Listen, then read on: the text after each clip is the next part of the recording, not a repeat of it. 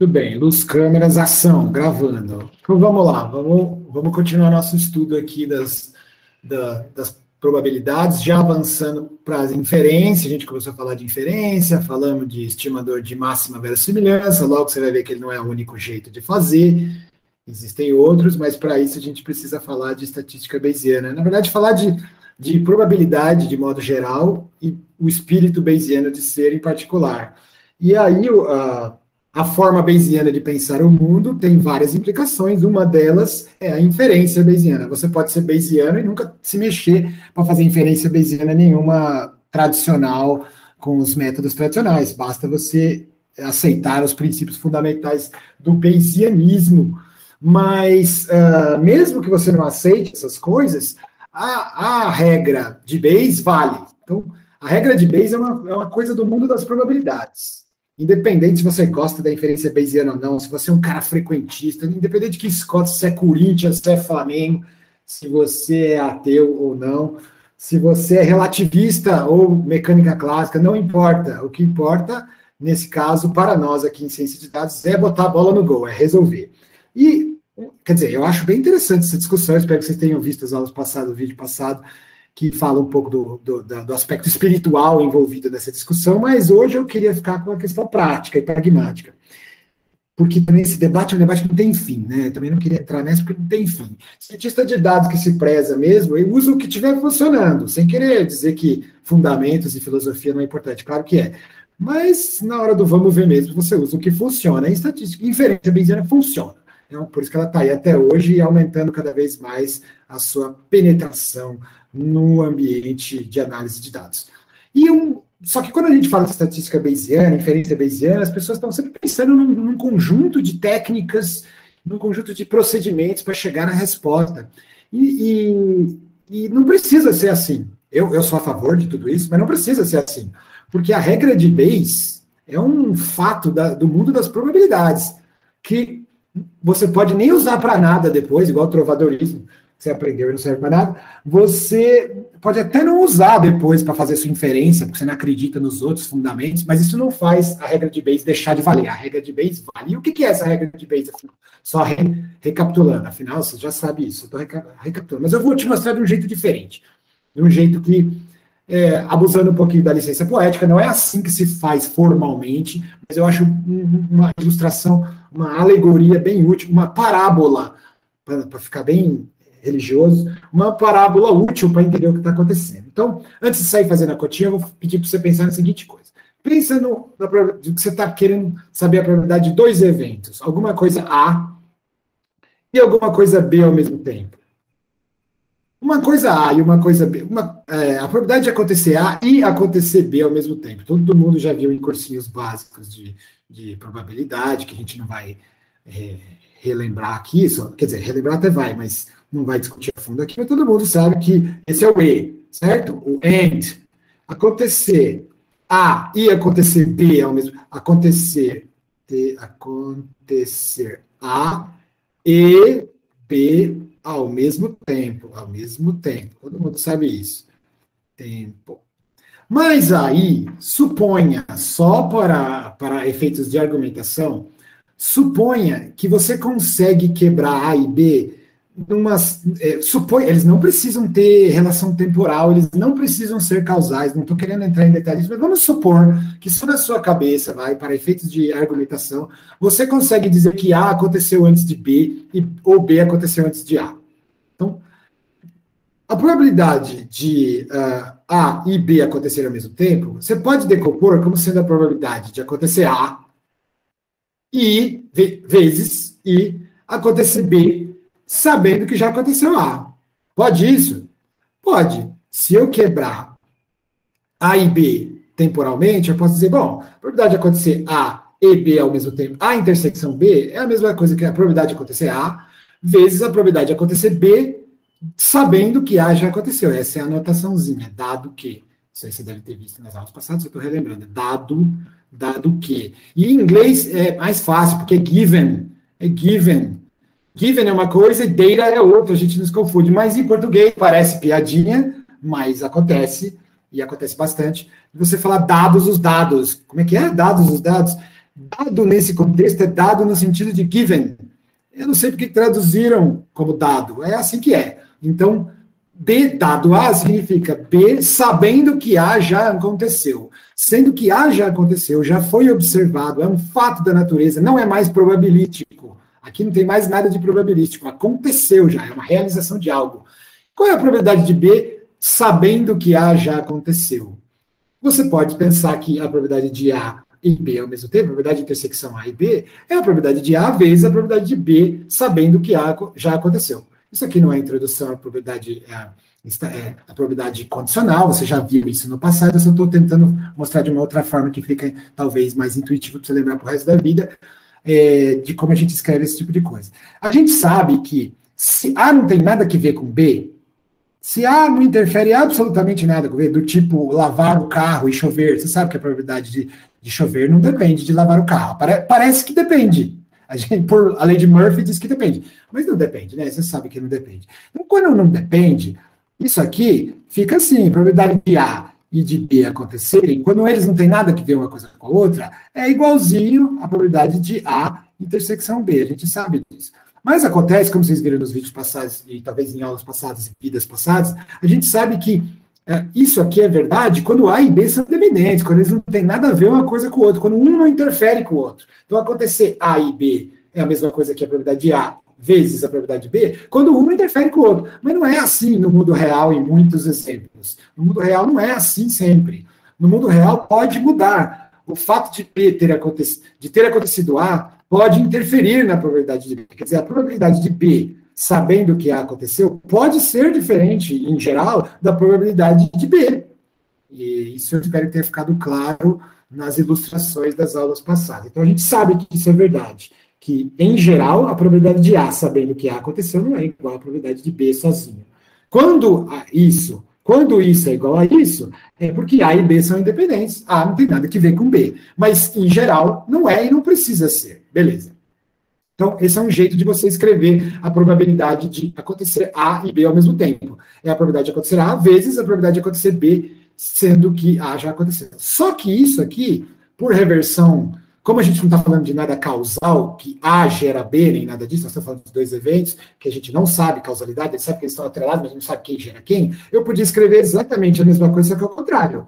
Eu podia falar que, bom, probabilidade de acontecer os dois ao mesmo tempo, agora, vamos supor que B aconteceu primeiro, vezes a probabilidade de A, só que sabendo que B já aconteceu.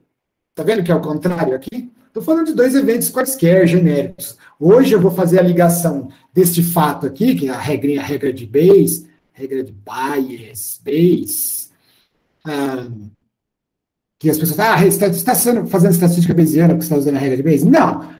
A regra de Bayes é uma regra do mundo da probabilidade. Se você vai usar ela ou não para fazer inferência, aí que você se transforma, aí você está fazendo estatística inferência bayesiana. Se você não usar a regra de Bayes para fazer inferência, você não está fazendo estatística bayesiana tradicional. Mas você não faz a regra de Bayes você não precisa acreditar na regra de Bayes. A regra de Bayes, ela existe querendo você ou não. Não é uma questão de acreditar ou não. O lance de acreditar ou não acreditar está na aplicação dela para fazer inferência de parâmetros. Ping. Maravilha.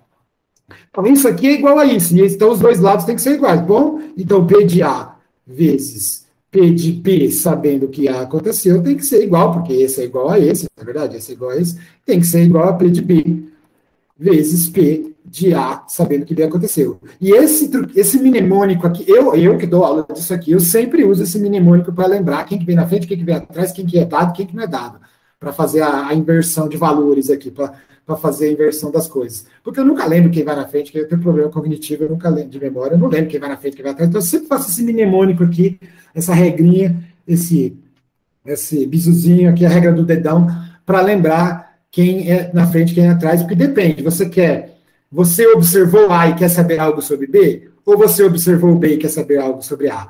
Dependendo de qual é a pergunta, sobre quem estamos fazendo perguntas e sobre quem observações foram feitas, você joga isso para cá ou joga para lá. Vou, nesse caso aqui, fazer, sei lá, vou deixar o PB aqui. Então, probabilidade de B, sabendo o que aconteceu A, é só a probabilidade de B vezes a probabilidade de A dado B, dividido pela probabilidade de PA.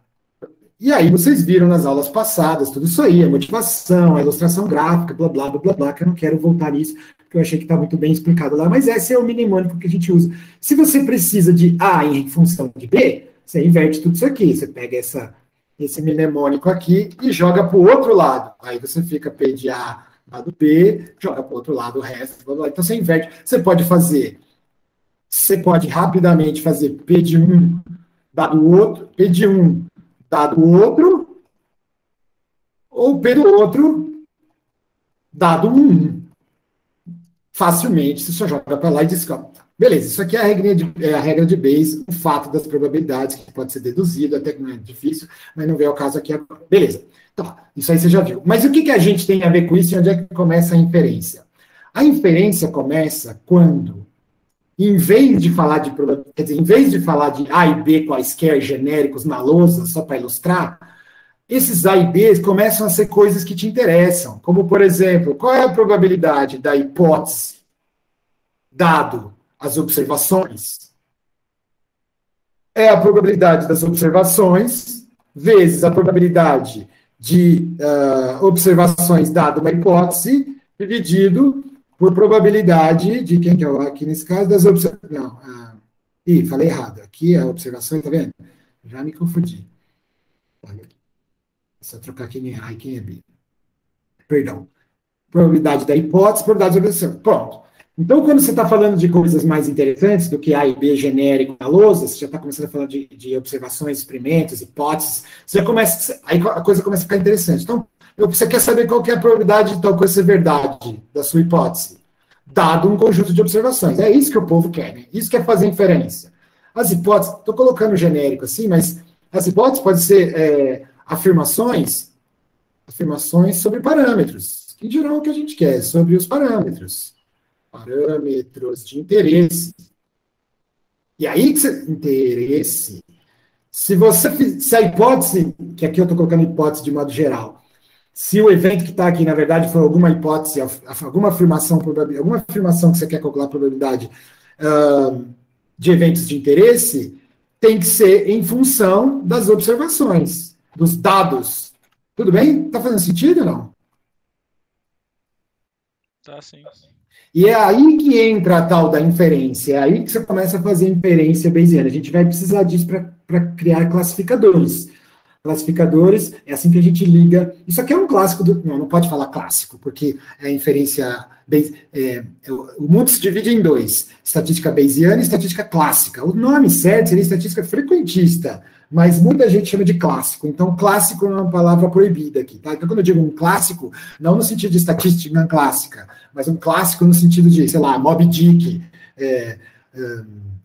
sei lá, Brás Cubas, clássico nesse sentido, memórias, aqueles clássicos. Ilíadas, pronto, nada mais clássico do que isso. Eu não li nenhum desses, tá bom? Mas tudo bem. Eu só fiz o resumão para a FUVEST. Então, quando você substitui essas hipóteses e observações por coisas concretas que você está trabalhando, que é o que nós vamos fazer daqui a pouco, para você ver esse blá blá genérico virar real na sua mão, transformar em coisas concretas, aí você vai entender o que você vai começar a fazer a inferência bayesiana porque você usou a regra de Bayes. Outra coisa importante de se falar é que é a probabilidade da hipótese. Como assim a probabilidade da hipótese? A probabilidade da hipótese é o que a gente se chama de a priori. A priori. O que você acha que vai acontecer antes de fazer o experimento? E isso é uma das coisas que dá conflito filosófico da estatística bayesiana, a inferência bayesiana contra a RAPA. Tem gente que acha um absurdo esse negócio de a priori. Vocês devem ter visto nas aulas passadas de Dizinho que essa a priori também pode ser entendida como uma forma de update, de atualização do seu conhecimento sobre um estado da natureza, que pode começar totalmente uniforme, sei lá, pode ser qualquer coisa, e à medida que você faz observações, ele vai melhorando. E aí, a priori de hoje, a posteriori de hoje se transforma na priori de amanhã. Não falei, o nome desse aqui, desse lado, é a posteriori, que é a sua probabilidade sobre a inferência das coisas aí, depois, a posteriori, depois que você faz uma observação. E esse pedacinho aqui é a nossa verossimilhança, verossim. Olha só, vê se você percebe aqui a estrutura. Não está evidente, mas a estrutura está aqui, ó. A verossimilhança é a probabilidade de você ter observado as observações que você observou. Nossa, quantos O na frase. É a probabilidade de observar o que você observou, supondo que a vida é como você pensa que ela é. Lembra daquele nossa verossimilhança, o L estiloso? Estou puxando da meu. O L estiloso era assim, ó. Você tinha um X vetor, né? Não sei se você está lembrando de vídeos passados e aulas passadas aí. Você tinha o X vetor e você tinha um θ vetor. Esse θ tá feio. Vamos fazer linguagem de adulto, vai. Tinha o X vetor e um θ vetor. Θ vetor que podia ser uma matriz e um vetor, um monte de parâmetros. Que tinha θ1, θ2, até chegar em θ sei lá quanto, θp. Às vezes é muito, às vezes é pouco, mas é um monte de números desconhecidos que especificam perfeitamente o modelo matemático que está falando. E aqui tinha seus dados, lembra disso? Seus dados. E aí a gente fazia assim, f de x igual a x1, os parâmetros, θ1, θ2, vezes f de x, x2, os parâmetros. E assim ia para frente, até chegar no f de x, x último, blá, blá, blá. Lembra disso? Tá lembrando? Faz pouco tempo que a gente fez isso. Isso aqui, se você olhar bem, o que é? Estamos falando de F, e aqui eu estou falando de P. Daqui a pouco eu vou fazer a ligação, mas só para manter a intuição. Aqui é a probabilidade, ou a densidade, no caso, mas vamos licença poética, acionar. É a probabilidade de x ter dado justamente o que você observou com parâmetros fixos, θ, que você depois tinha que descobrir quais eram os melhores, mas com esses parâmetros fixos, qual é a probabilidade de dar exatamente o que você observou? Lembra disso? Isso era a verossimilhança. Pois é, o que tem aqui, ó. Com parâmetros fixos, que eu estou chamando de hipótese, parâmetros fixos, parâmetros que ganharam números, nada mais é do que uma hipótese. Tudo bem, não no sentido de teste de hipótese e tudo mais. É uma hipótese no sentido de como eu acho que é o mundo. Como eu acho que é o mundo? Assim, eu acho que o mundo é θ1 igual a 3, o θ2 igual a 2.1, o θ4 igual a 20. Como eu acho que é o mundo, são números. E qual é a probabilidade de eu ter visto o que eu vi, de ter visto as observações que eu vi? Isso aqui não é zero, não, hein? Ai, meu Deus, será que os caras depois vão confundir? Vou botar um O aqui. Pronto, O. Não é zero, não, é O.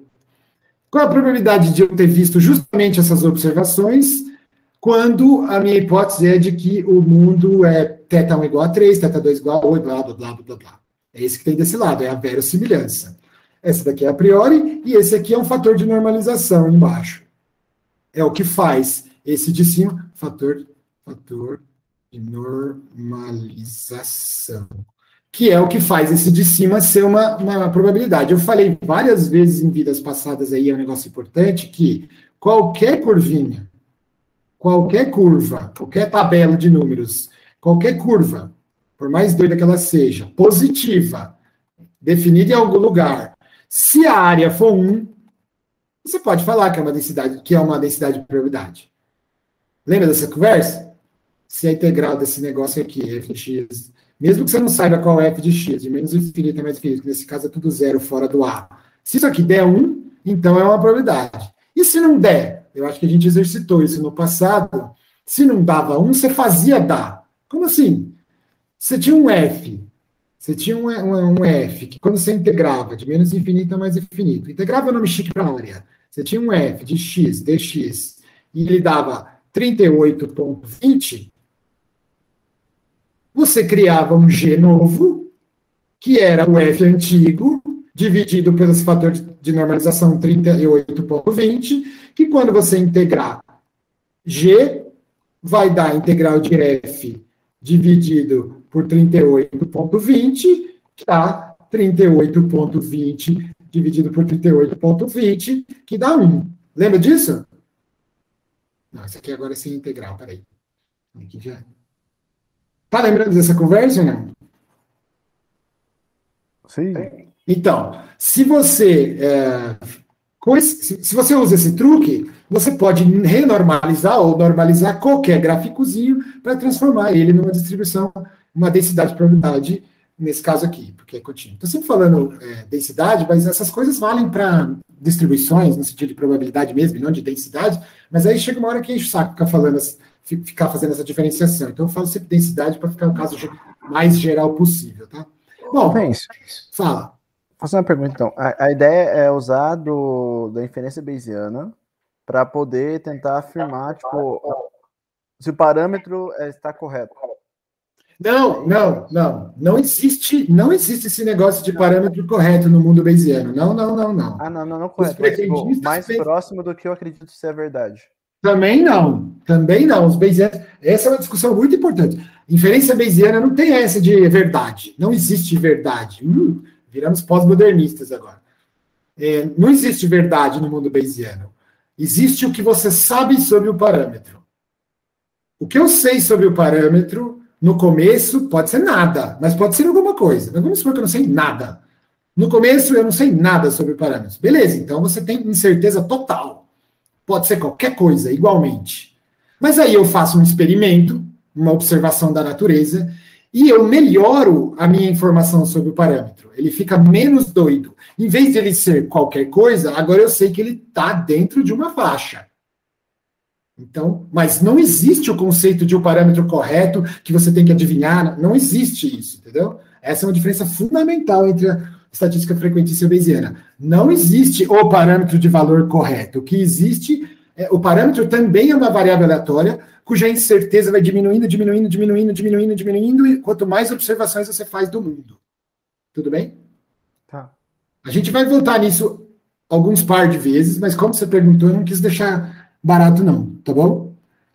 Então, na inferência bayesiana, você está querendo inferir coisas sobre o parâmetro. Só que agora não é como antes. Agora o parâmetro é o que eu chamei aqui de hipótese. Depois eu vou colocar em termos de parâmetro de verdade. Estou tentando fazer o paralelo. O que eu estava dizendo aqui é que, dessa conversa de qualquer curva pode ser uma densidade de probabilidade, basta você normalizar, usar o fator correto de normalização, eu estou tentando justificar justamente esse fator de normalização aqui. Isso aqui é um fator de normalização. Muitas vezes você não sabe P de O. Não sabe. E é isso que... Esse é um pulo grande entre a apresentação, primeira vez que você é apresentado a regra de Bayes, aí os caras arrumam exemplos aqui embaixo que dá certo, transforma isso, usa o teorema total, blá, para separar isso em pedaços que você conhece, mas para fazer inferência de verdade e fazer várias coisas interessantes, você nem precisa saber isso. Por isso que muitas vezes no mundo da inferência bayesiana aparece isso aqui, ó, probabilidade da hipótese, dado observações, é essa minhoquinha, que não é um alfa. Se você olhar no seu LaTeX, você vai ver que alfa é assim, e esse é assim, ó. Ixi. É um alfa que não é alfa. É um pouco mais gordinho, assim. É uma letra que eu não sei nem o que é. Isso aqui significa proporcional a. Proporcional a. Mas eu vou escrever como alfa. Às vezes as pessoas põem uma bolinha assim, que é para mostrar que não é alfa, que não é um número. Isso aqui é para dizer assim, que a menos de uma constante, lembra dessa conversa de a menos de uma constante? Que vocês faziam, você bombou alguma vez em cálculo e você tinha que integrar a menos de uma constante. É parecido, só que agora é uma constante multiplicativa. Então, a menos de uma constante, a probabilidade da hipótese, dadas as observações, é a probabilidade da hipótese vezes a probabilidade das observações, supondo que a hipótese é verdadeira. P dado H. Proporcional, não é igual. Para ser igual, está faltando isso aqui embaixo. Só que às vezes isso aqui é muito difícil de achar. Ou você não tem ideia nenhuma, ou é fake. Então, só que a inferência bayesiana, ela consegue ir para frente e produzir resultados sobre os parâmetros, mesmo sem saber se aqui embaixo é proporcional a, ou em outras palavras, é algum K vezes PH vezes P de O dado H, ou talvez, melhor ainda, para ficar mais bonito, é P de H vezes P de O dado H, dividido por algum fator de normalização, que pode escolher a letra que você quiser. Z é legal, ou pode ser... Z é legal porque tem a ver com mecânica estatística, função de partição, mas pode ser uma constante C, que você põe aqui embaixo, pode ser um enão de normalização, alguma coisa que diz que... Eu até vou deixar isso aqui, a posteridade. Alguma coisa que diz que só não é igual porque está faltando alguma coisa. tá bom? Mas o que importa para muitas coisas da inferência é isso aqui. Por quê? Porque esse fator aqui embaixo de normalização, ele é só uma escala. Eu insisti bastante nisso, pareceu até que foi um side note total. Por que o professor está saindo? Por que ele está saindo para falar disso aqui de novo? Porque isso é importante, porque isso faz a sua vida funcionar na prática. Encontrar o máximo, por exemplo.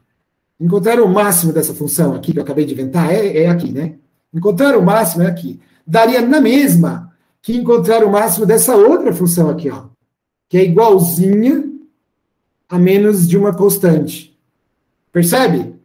O valor mágico máximo da função azul é o mesmo da função rosa.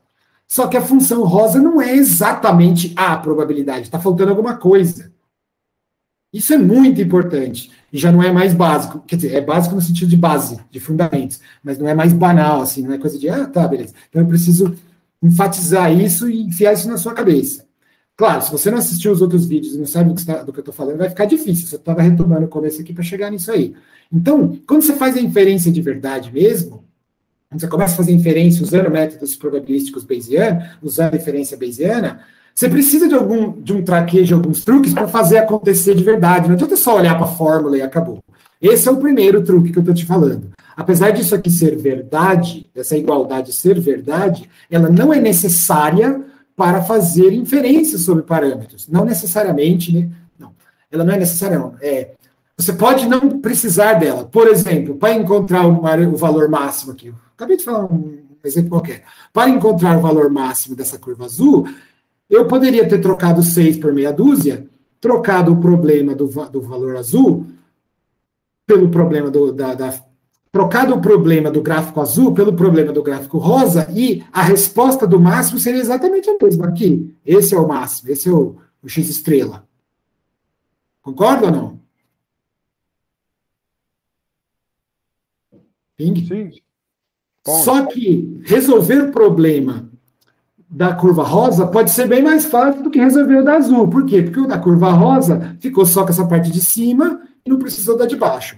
Então, é muito comum em literatura e de inferência, tanto bayesiana quanto não, você vê coisas desse tipo aqui. A probabilidade de alguma coisa, agora eu já vou colocar parâmetros. A probabilidade do parâmetro, dado a observação, vamos botar dado a sua verossimilhança, dadas as observações, não, a verossimilhança é aquela parte ali, dadas as observações, dado X, dado os seus dados os dados, é proporcional e não igual. Proporcional, ou seja, seria igual se eu soubesse a constante de normalização, mas eu não sei, só que eu não vou ficar perdendo tempo com isso. Uma frase grande, zipada num simbolinho. Esse simbolinho significa, seria igual se eu soubesse tudo, mas como eu não sei tudo, vou fazer mesmo assim, porque tanto faz depois. Tudo isso concentrado num simbolinho que parece um peixinho. É quase um alfa.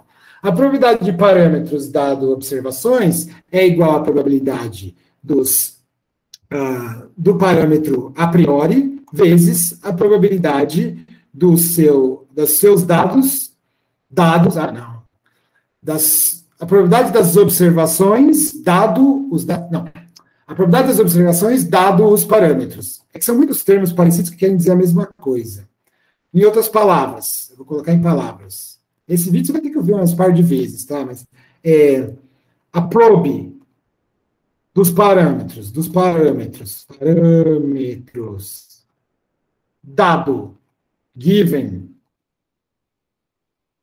não, dado vai misturar com dados, na ciência de dados, a probabilidade de parâmetros, a probabilidade dos parâmetros tendo observado as observações, não, tendo observado os dados da ciência de dados, a probabilidade dos parâmetros tendo observado os dados é proporcional a priori vezes a verossimilhança. Que eu vou escrever de outro jeito, então. Eu vou escrever assim, ó, que a priori teta vetor, não sei quantos parâmetros tem aqui, mas vamos por todos os parâmetros que você precisa. Dado os dados, é proporcional a priori vezes o likelihood de x e θ. Esse daqui é um alfinha. Tudo bem? Professor. Diga. Então, tipo assim, por eu não ter a constante normalizadora, eu não consigo falar das probabilidades da posteriori, mas eu posso encontrar coisas tipo o máximo, tipo coisas de interesse, assim. Sim. Você pode fazer inferências sobre os parâmetros θ, mesmo sem ter a probabilidade completa. São coisas que você pode responder mesmo sem saber tudo. Mas, é claro que não tem free lunch, não tem almoço grátis. Sem saber tudo, existem coisas que você não pode fazer mesmo. Por exemplo, calcular a probabilidade de estar daqui até ali, não dá. Como é que você vai calcular a probabilidade? É como se estivesse fazendo assim, vou voltar naquele meu outro exemplo. Suponha que eu tivesse um negócio assim, tá? Uma coisa assim, eu vou ficar tão louco que nem outro assim. E aí, esse seria o verdadeiro P, θ. Não, P não, porque aqui eu estou fazendo uma curva contínua. Agora eu vou fazer F. Daqui a pouco eu falo dessa junção, mas vamos só para responder a pergunta. F, a densidade dos parâmetros dados as observações. Esse, vamos supor, desconhecido. Desconhecido, pois falta uma constante de escala, tá bom? Escala. Então, esse é desconhecido. Mas esse aqui, ó, vai ser conhecido. Ou para baixo ou para cima, tá bom? Pode ser maior, pode ser menor. Mas esse aqui é conhecido. Eu vou chamar de FG também, não. Vou chamar de H. O H de θ, dado X, é conhecido. Conhecido. Conhecido. É quase F. Está fora de escala. Certo? Tudo bem? Por exemplo, uma coisa que dá para fazer, que foi o que você falou. Quer dizer que eu posso achar esse máximo? Pode, porque o máximo daqui coincide com esse. Beleza, tá ótimo. Isso aqui, ok, dá para fazer, é a figurinha de cima. E uma coisa que não dá para fazer, você pode fazer um intervalo aqui do lado e achar a probabilidade? Não dá. Por quê? Porque, obviamente, a área do azul aqui é o rosa e mais um tantinho, certo? A área do azul aqui é o rosa e mais um tantinho aqui, que eu vou chamar de roxo. O azul, de verdade, a probabilidade de estar entre A e B, a probabilidade do seu parâmetrozinho, θ, estar entre A e B, ela é a área azul. A área azul. E a área azul, ela é rosa mais roxo. Faltando coisa, entendeu? Entendi. Então, tem coisas que não dá para fazer. Mas aí você fala para mim, mas, professor, você acabou de falar para mim que tinha esse truque sujo aqui? Por que eu não pego a curva inteira de rosa? Pego a curva inteira de rosa, descubro qual que é a área total, aí a área total de rosa, a área total vai dar, sei lá, a área total vai dar, sei lá, 18, não, é menos, né? Tinha que dar 1, mas está dando menos. Então, deu 0,38. Pego o F. Pego o H. H de θ, x, divido por 0,38. Eu ganho um F. Pronto, exatamente. Olha que legal. Você consegue, e aí a probabilidade de verdade passa a estar a seu alcance. Mas aí você fez isso de uma forma numérica. Você não tinha a formulinha de F. Você tinha a formulinha de H. E por algum motivo, descobrir essa constante aqui na marra, com a formulinha da constante era muito difícil. Sei lá, era integral muito doida. Era um negócio. Você simplesmente deixa como uma constante. E aí depois, quando você tem a curva inteira, você faz esse truque numérico e volta para F. Pode isso? Pode. Então, quando eu disse que não dá para fazer tudo, não é bem verdade. Tem coisas que saem imediato, como achar o máximo. Por quê? Porque achar o máximo de F ou de H é a mesma coisa. O fato de estar em escalas diferentes não te atrapalha para resolver esse desafio. Mas para resolver o desafio de saber qual que é o intervalo de credibilidade entre A e B do parâmetro, aí não pode fazer com uma função que está faltando um pedaço. Só que achar esse pedaço é muito fácil, se você tiver a função inteira, entendeu? Entendi. É uma coisa de escolha, no fim, tipo, se o que eu quero precisa ou não. Exatamente. Eu diria um pouco mais. A primeira pergunta é, o que eu quero, precisa ou não? Se a resposta for não, você desencana e já vai direto com o proporcional, mesmo que esteja faltando um pedaço. Maravilha. Agora, se o que você quer e você precisa calcular, você demanda mesmo a função completa, não dá para ser só o múltiplo dela, precisa dela completa mesmo, então você precisa de um passo adicional. A partir disso, você obtém qual é o valor de normalização, e aí você renormaliza o seu H para ele se transformar numa densidade de verdade. E depois que ele transformou numa densidade de verdade, você faz o que você quiser, em particular isso aqui. Por isso que tudo bem? Certo, tudo bem. Às vezes, calcular essa integral é difícil, se for um problema multidimensional. Porque aqui eu desenhei uma curvinha rosa em uma dimensão, que é de boas, com cálculo numérico, a gente aprende no prézinho, a gente faz isso aqui e pronto. Mas se for um negócio 10-dimensional, ou se for um grafo nada a ver, ou se for um espaço paramétrico totalmente complicado, cheio de relações nada a ver, onde a estatística bayesiana se mete, às vezes a frequentista não tem coragem de se meter, porque não tem teoria para isso, aí não vai ser fácil fazer o que eu estou te falando, aí não dá para fazer isso. Mas achar máximos dá. Tudo bem? Certinho, obrigado, professor.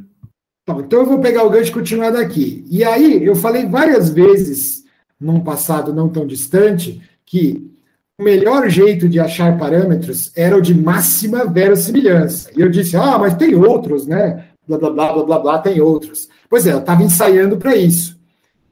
É muito bonito achar o parâmetro de máxima verossimilhança, é um negócio que todo mundo concorda e tal, mas olha só, achar o parâmetro de máxima verossimilhança é achar alguém que encaixa aqui, é achar o argumento θ, vetor, ou não vetor, θ, nesse caso vetor, é achar o argumento θ que maximiza a verossimilhança. Beleza? Era o que a gente fazia até agora há pouco. Acontece que se você está num contexto bayesiano, isso não é mais o que você quer. Porque achar o θ que encaixa aqui e dá tudo certo, não é o melhor. O melhor no contexto bayesiano é achar o θ que encaixa aqui. Qual é o θ de máxima a posteriori? A posteriori é máxima é a espaço posteriori, tá bom? Posteriori, não é uma palavra só. Máxima posteriori. Posteriori é latim, acho esse negócio. É latim? Acho que não, é grego. Sei lá, esqueci.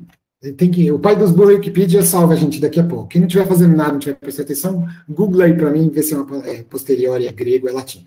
Mas, enfim, achar o θ de máxima posteriori não é achar o θ de máxima verossimilhança. Diferente de achar o max verossimilhança. Pode coincidir em alguns casos? Sim, mas não é a mesma coisa conceitualmente. Então, quando você está em inferência bayesiana, agora o θ bom, o θ estrela, o θ legal é o argumento θ vetor, tá bom? Porque pode ser gigante, pode ser um tetinha só um mi, quer dizer, só um lambdazinho, tetinha simples, um parâmetrinho, ou pode ser um tetão cheio de complexidade, uma matriz quadrada com mais não sei o quê, com mais não sei o quê, com mais não sei o quê. Nesse contexto que nós estamos falando aqui, genericamente, não importa, um tetão. Seja lá o que você tem que fazer, seja lá quais foram os argumentos que você tem que estimar, ou fazer inferência sobre, um tetão. Agora, você não está mais achando o argumento que maximiza a verossimilhança. Agora você quer o argumento que maximiza a posteriori, que maximiza, agora eu vou botar em termos de F, tá? Só para ser genérico, contínuo, que maximiza essa função aqui, ó. Percebe conceitualmente a diferença? Isso não é isso. Pode até coincidir de dar na mesma. Como? Toma esse igual a 1. Se você tomar Se você chegar e falar assim, ó, probabilidade de teta, de tetão, vetor, né? Dado X, dados os meus dados, é proporcional à probabilidade de tetão, a priori, vezes a verossimilhança. Verossimilhança porque o que é compactado, isso aqui, eu estava escrevendo aqui em cima como probabilidade, estava escrevendo genericamente no blá mesmo, só para ter a ideia de probabilidade das observações dado a hipótese, né? Probabilidade de observações dada a hipótese. Mas o que é isso no mundo real na hora de calcular de verdade? Probabilidade de observações dadas a hipótese é probabilidade do x1 ter dado x1 dado parâmetros, vezes probabilidade de x2 ter dado... Probabilidade de x ter dado x1 dados parâmetros, vezes probabilidade de x ter dado x2 vezes dados parâmetros, vezes blá, blá, blá, blá, blá. Isso é a nossa verossimilhança que a gente já fez bastante. Eu falei rápido aqui, porque eu espero que tenha ficado claro que aqui é aqui é PowerPoint, blá conceitual. Aqui é para fazer de verdade, calcular na hora do vamos ver quando você tem números mesmo. A gente vai chegar lá, não hoje, porque senão é muita coisa para um dia só, mas eu estou desenvolvendo aqui os conceitos para a gente voltar mais tarde, tá bom? Tudo bem? Certo.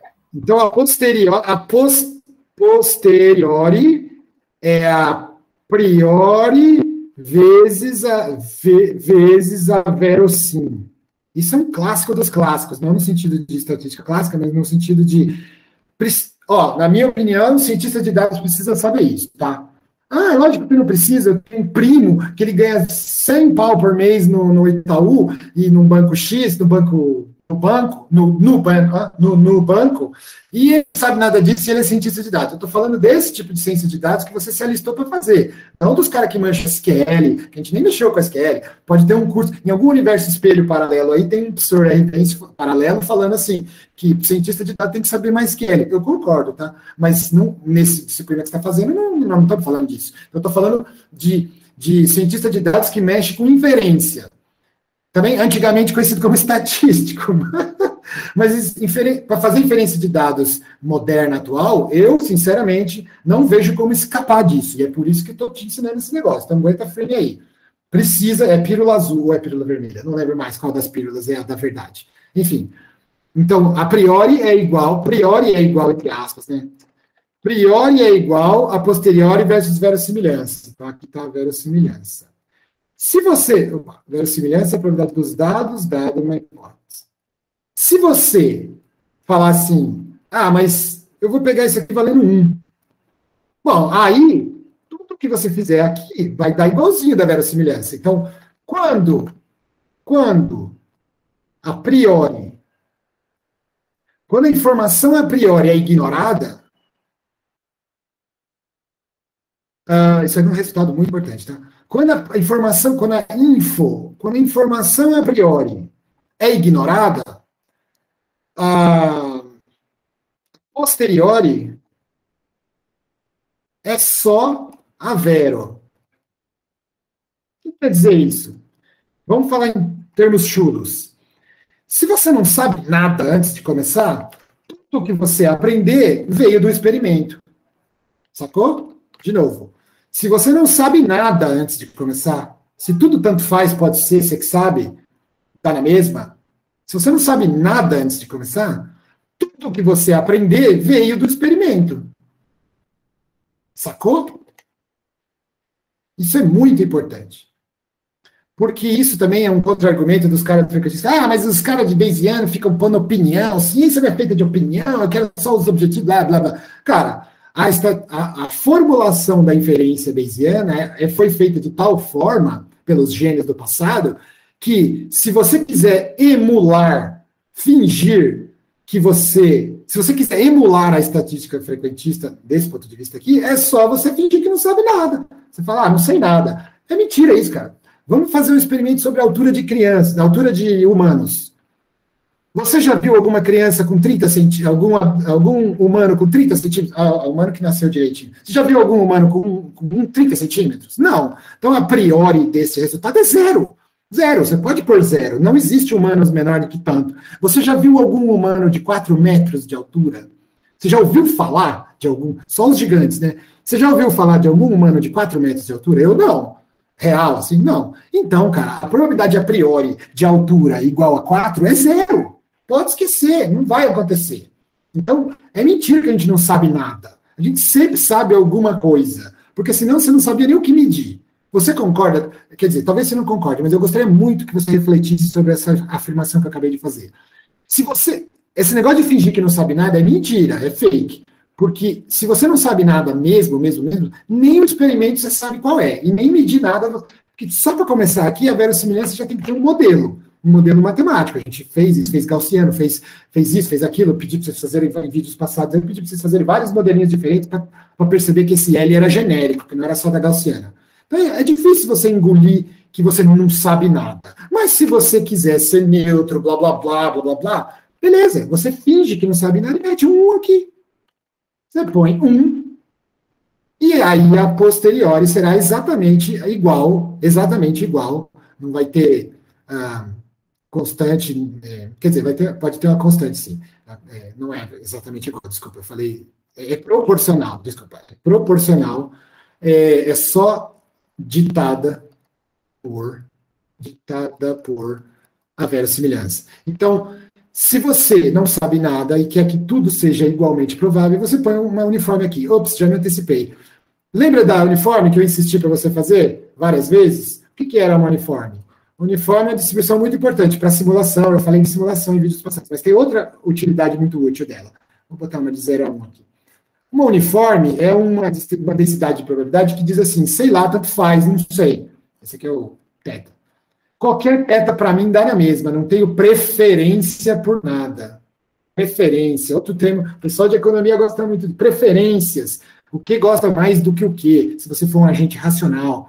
Preferências, eu não tenho preferência nenhuma, para mim dá na mesma. Os θs, antes de começar, são todos iguais. E qual que era a densidade de probabilidade desse negócio? Você lembra? θ igual a 1.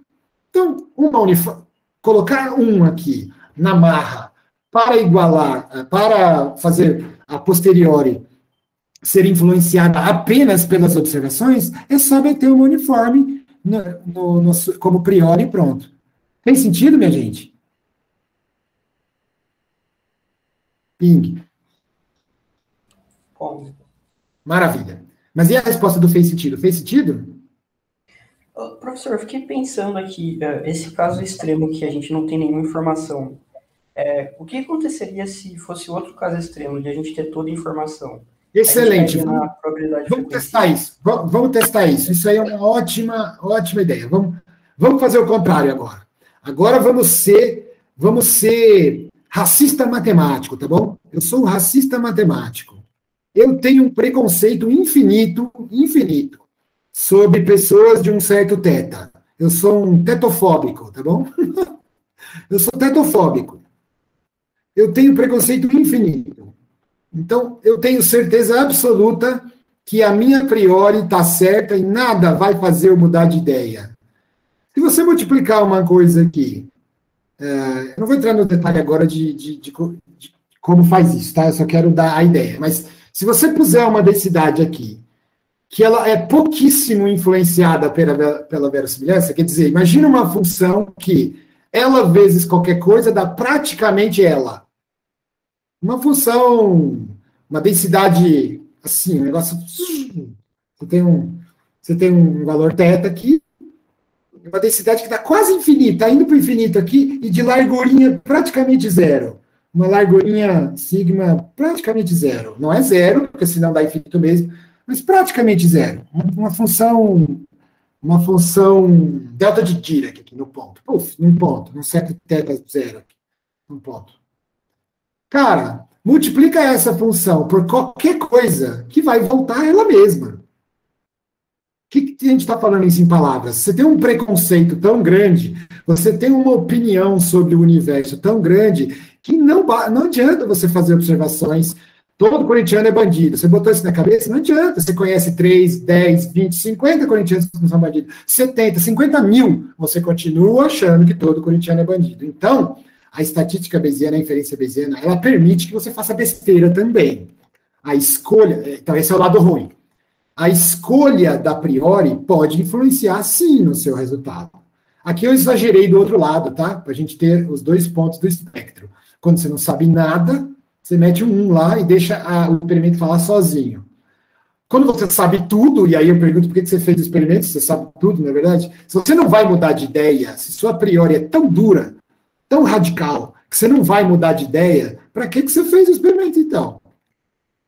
Claro, existem aplicações nisso. Agora falando sério, isso aqui eu falei de preconceito, estou zoando para ver se vocês compreendem a moral da história do que quer dizer ter uma opinião a priori sobre as coisas. Se você tem uma opinião a priori sobre as coisas que é muito rígida, você não muda de ideia nunca. Você deve conhecer uns 2 ou 3 bolsominions que são assim. Não adianta falar que Invectina não funciona. O cara vai lá e não adianta. Então, beleza, porque a priori dele é muito forte, ele não vai mudar de ideia com observações. Mas tem gente que tem umas priores que são mais maleáveis. Você tem uma priori, você acredita em certos gnomos, você acredita em vida após a morte, você acredita em Invectina, você acredita em coisas, mas aí você começa a observar o mundo e o mundo vai alterando a sua percepção sobre o parâmetro. Então, depois de fazer o experimento, a sua posteriori fica assim, ficou mais fininha. Aí, passa 5 anos, resolve fazer outro experimento, e aí você usa essa priori, você usa a posteriori do tempo t, eu vou botar aqui, você usa a posteriori do tempo t dado x, da época do aprendizado, já falando de aprendizado, a galera adora essas coisas, aprendizado do robozinho que está em Marte aprendendo sozinho, com as observações que ele observa dos buracos de Marte.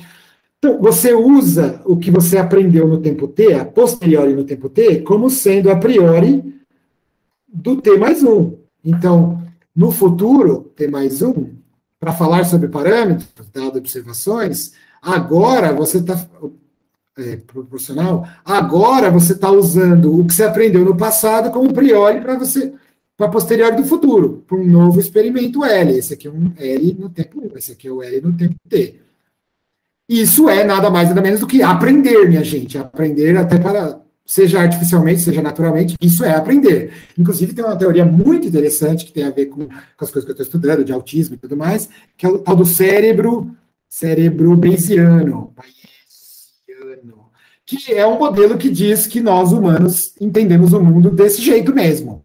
A gente vai atualizando nossos conhecimentos, nossas hipóteses e nossos parâmetros, colocado de uma forma bem vaga, né? Porque o que é um parâmetro para o cérebro, né? Tem parâmetros, mas matematizar isso não é complicado. Mas falando genericamente aqui, bem de forma solta, você aprender os parâmetros nada mais é do que fazer uma sucessão de experimentos, de acessos ao mundo real lá fora, com verossimilhanças que vão mudando, o experimento vai mudando, só que você não sai do nada, você usa a posteriori do passado para ser a sua priori do futuro.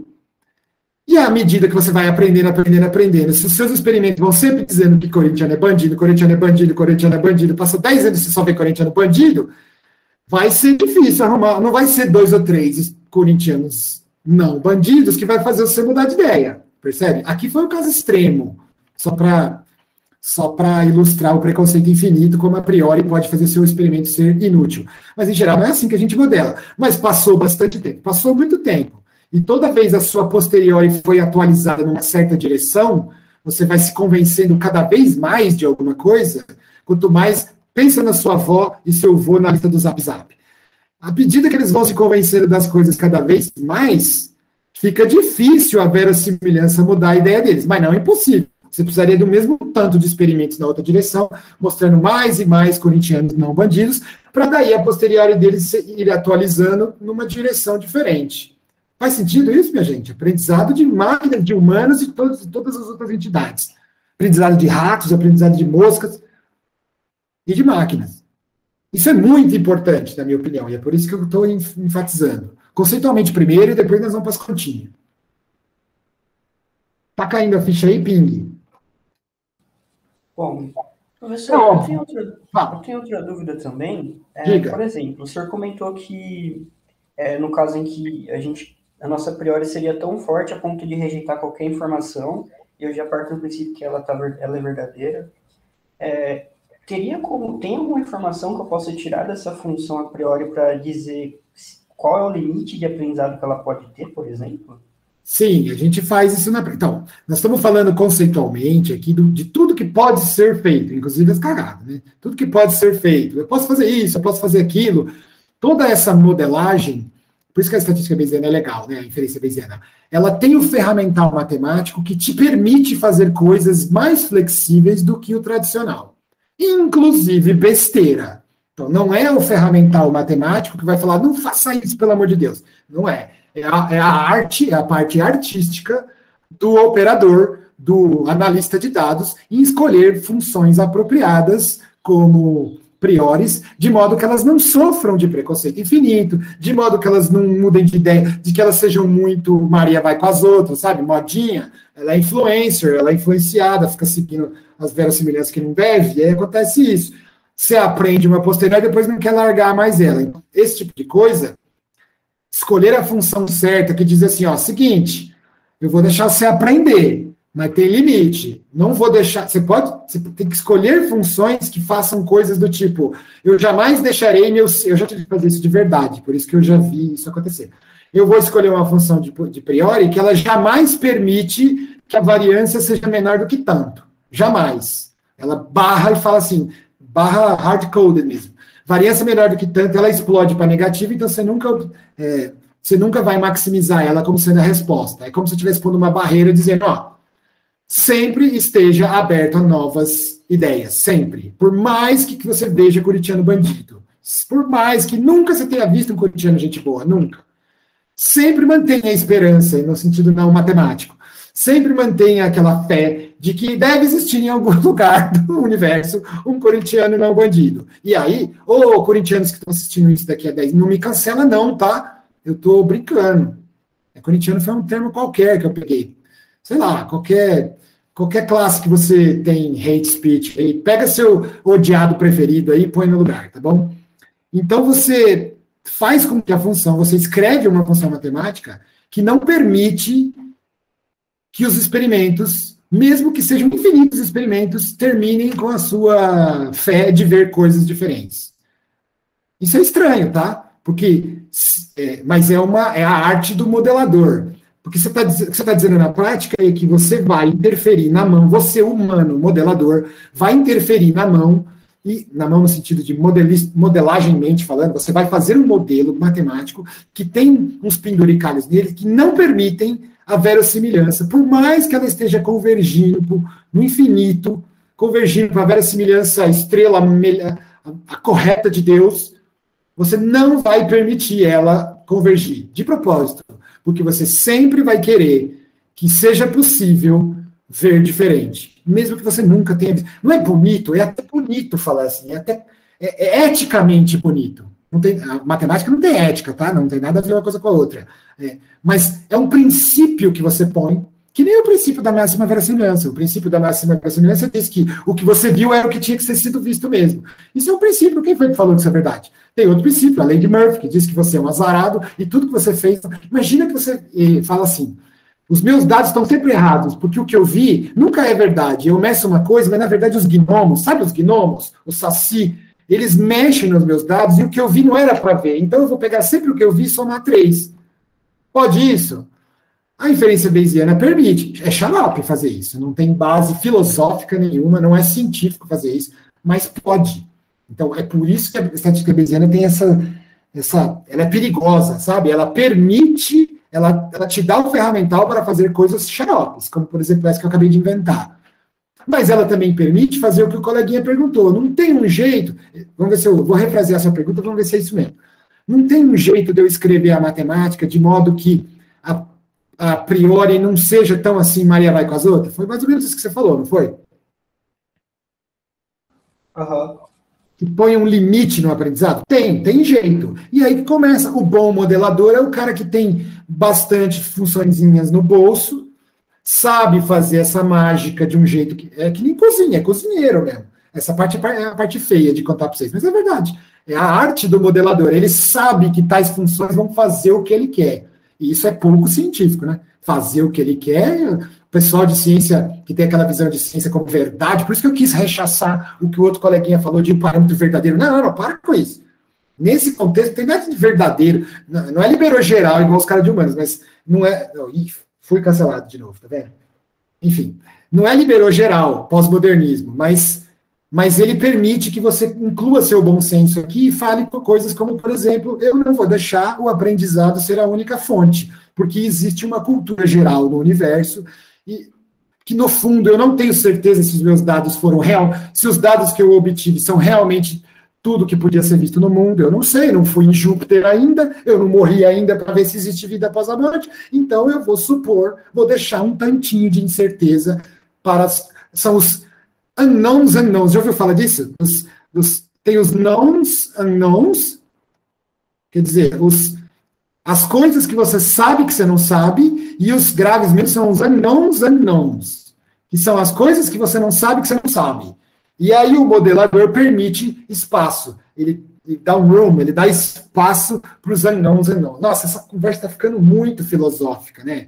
Um pouco matemática e muito filosófica, mas tá dando para entender o conceito que está por trás? Porque depois a gente vai voltar para a matematiquinha, mas eu acho que tem muita gente que sabe pilotar as formulinhas, mas não entende essa coisa, e eu entendo muito pouco, tá? Meu orientador era o cara que realmente entendia disso, e ele tentou me passar. Tio Carlinhos, se eu estiver por aí assistindo, então tem muitos aspectos filosóficos super interessantes. Eu não domino nem 1% desse negócio, mas eu conheci algumas coisas durante o meu aprendizado sobre isso aqui, e eu acho muito importante a gente ter as ideias que estão por trás também, não só pilotar a matematiquinha. Mas também acho que não adianta muito você saber todo esse blá e não saber fazer as continhas, também não adianta, né? Tem que saber fazer as continhas. Então, eu estou querendo te dar uma coisa balanceada aqui, daqui a pouco a gente chega nas continhas. Mas primeiro, eu queria que você engolisse esses conceitos, que você pelo menos ouvisse falar disso e soubesse que essas coisas existem, tanto os prós quanto os contras. Então, quais são os contras? Você pode fazer besteira? Pode. Você depende de opiniões? Depende. Você precisa de opinião sobre isso, senão você não calcula isso. Mas qual que é o a favor? As opiniões não saem não saem do vácuo. Elas podem sair da literatura, elas podem sair de gente que entende do assunto que não é você, elas podem sair de dados históricos que você não mediu, elas podem sair de modelos físicos e matemáticos sobre o problema que está sendo tratado. Ter opinião não é ruim. O que é ruim é ter uma opinião que não muda nunca frente aos dados. Isso é ruim. Outra coisa que é ruim é ter uma opinião que só obedece aos dados, que não aceita que existem fatos, que existem observações, unknowns, que não aceita o fato de que a sua medida pode não ter medido tudo. Isso, quando você aceita isso, você usa a medida. Os dados que você tem são o que você tem que analisar. É isso aí, beleza. Mas, ao mesmo tempo, você sabe que o que eu fiz nem sempre era tudo. Então, percebe que você está violando o princípio da máxima verossimilhança?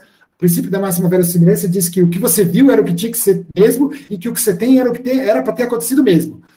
O pensamento bayesiano já faz, será que você viu tudo mesmo? Não sei. Você mediu certinho? Será que sua máquina mede todos os buracos negros mesmo? Ou será que a gente não devia tentar ouvir os buracos negros também com ondas gravitacionais, em vez de só olhar a luz que vem? Não sei, pode ser. Percebe? Vocês compreendem isso que eu estou tentando passar? Eu fico até empolgado, porque eu acho isso maravilhoso, enquanto achievement humano, enquanto coisa que os humanos conseguiram fazer, eu acho isso o máximo. Eu acho bem legal. Eu espero que você esteja absorvendo isso também. Ping. Bong. Maravilha. Podemos partir para a parte chata agora, que é como faz as continhas? Sim. Então, depois de todo esse blá filosófico aí, de que blá, blá, blá, blá, blá, blá, agora vamos fazer de verdade. Vamos fazer de verdade com um exemplo, para não ficar muito no vácuo. Vamos fazer um exemplo de verdade, mas não vamos fazer a gaussiana, não, normal, porque é um exemplo muito difícil. Vamos começar com exemplos fáceis. Qual que é o exemplo mais fácil de todos? O bom e velho não é ciência de dados?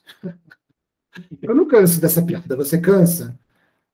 Ciência de data de dice science, ciência de dados. Vamos fazer a ciência de dados. Mas não vamos fazer o dado com números, não. Vamos fazer um dadinho onde tem uma face azul que interessa e as outras não.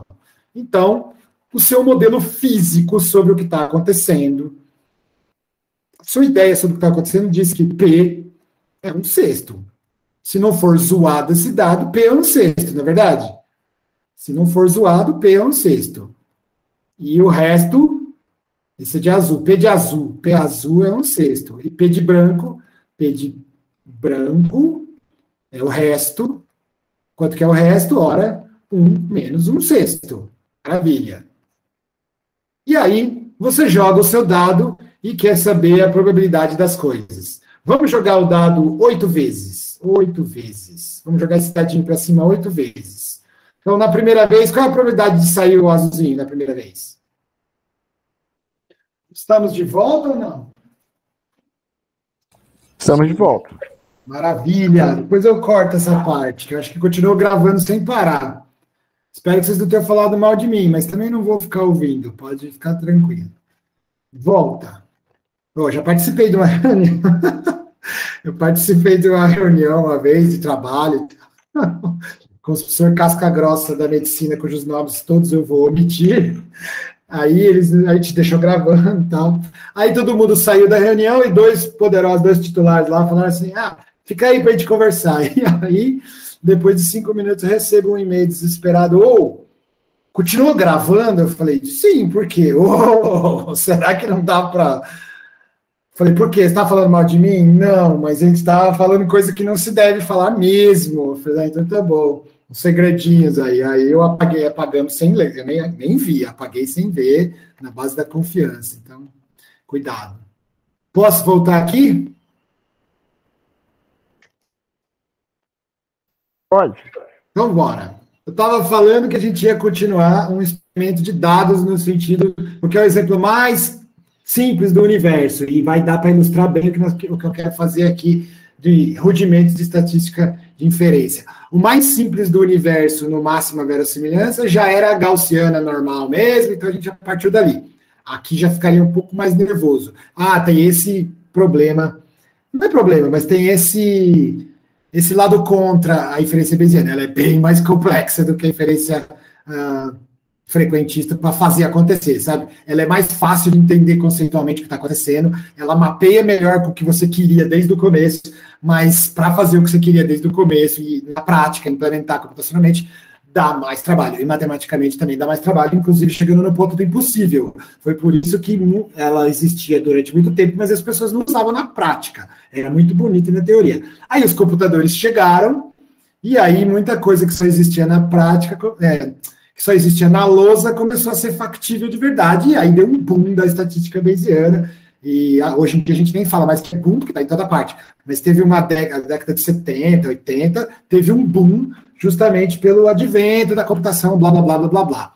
Então, o mais simples do bayesiano é mais na direção do simples do que o mais simples do frequentista. E é por isso que o mais simples que eu quero fazer agora é esse aqui do dadinho, que tem um dadinho, uma probabilidade de acontecer alguma coisa. Então, você tem várias possibilidades de acontecer, e uma delas é que te interessa. Nesse caso aqui, 1/6, que é a que me interessa, é o paciente azul, e todos os outros pacientes, todos os outros 5 não me interessam. Probabilidade de azul é 1/6, probabilidade de resto é 1 menos 1/6.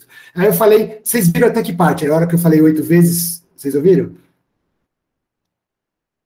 Sim. Tá. Então vamos jogar 8 vezes. Primeira vez que eu jogo, probabilidade de dar azul, P, né? Aí eu jogo de novo, e a probabilidade de dar azul, P. E eu jogo de novo, a probabilidade de dar azul, P. E a probabilidade de dar azul 8 vezes é P elevado a 8. Maravilha. O que é P? O que é Pzinho elevado a 8? É a probabilidade de, nas 8 vezes, dar azul. Certo? Todo mundo de acordo que essa é a probabilidade? Então, se eu te perguntar qual é a probabilidade de, nas 8 vezes, dar azul, você fala que é P elevado a 8. Mas não acontece só isso, né? Como você que já jogou dados na vida, sabe que não acontece só o que você quer. Em geral, não acontece o que você quer. Então, pode dar azul no primeiro, mas aí no segundo não dá azul, certo? Mas aí depois dá azul, depois dá azul, depois dá azul, depois dá azul. 1, 2, 3, 4, 5, 6, 7, 8. Pronto. E o que é isso aqui? É a probabilidade de dar, nas 8 vezes, dar 7 azuis e 1 branco. Certo? Não está certo não. Por quê? Porque esse não é o único jeito de dar 7 azuis e 1 branco. Se eu te perguntar qual é a probabilidade das 7 azuis e um branco, esse é um deles. Mas também podia ser P, aí deu azul, aí não deu azul, e aí deu azul. 1, 2, 3, 4, 5, 6, 7, 8. Esse aqui também serve, né? Concorda ou não? Sim. Então, a probabilidade de eu jogar 8 vezes o dado e descolar, dessas 8 vezes, eu descolar 7 azuis, é esse mais esse. Mas também podia ter dado no fim, né? Podia ter dado, não ter dado no fim. Deu nesse, e deu até que no penúltimo, até que no último não deu. Pode isso, Renato? Pode. Se somar tudo isso aqui, agora sim. Se você somar todos. Inclusive tem um, eu esqueci de um, onde logo de cara não dá azul e depois dá tudo azul. Então teria um aqui, ó. Não deu azul e depois deu tudo azul. Tem que somar tudo isso, concorda? Não? E aí tem aquelas magiquinhas lá de quantas vezes. De quantas maneiras existem para você, blá, blá, blá, blá, blá, blá. Nesse caso aqui ainda é fácil, porque quantas maneiras existem? Tem essa, depois tem essa, você vai só mudando o lugar onde deu branco. Então, onde deu branco, não no sentido de esquecer, mas onde deu o não azul. E aí podia ser que deu não azul no primeiro, no segundo, blá, blá, blá, então tem 8 opções. Então seria P elevado a 1, 2, 3, 4, 7, vezes 1 menos P, que é a vez que deu não azul, só que isso tem que somar 8 vezes, então 8. Maravilha. Então a probabilidade de dar 7 azuis e um branco é 8 vezes P elevado a 7 vezes 1 menos P elevado a 1. Vocês já ouviram essa história em algum lugar. Todo curso de probabilidade básico tem que falar sobre isso aqui. Então eu já vou extrapolar aqui e falar que, aliás, você pode jogar 8 vezes ou jogar 8 dados, né? 8 dados. Pode ser que, em vez de eu jogar um dado 8 vezes, eu podia jogar 8 dadinhos, certo? Jogar 8 dadinhos e contar quantas vezes deu azul. Confere, não? Ou podiam ser 8 pessoinhas e eu queria saber qual a probabilidade do Covid ser justamente fatal para aquela, apesar de ela ter sido vacinada.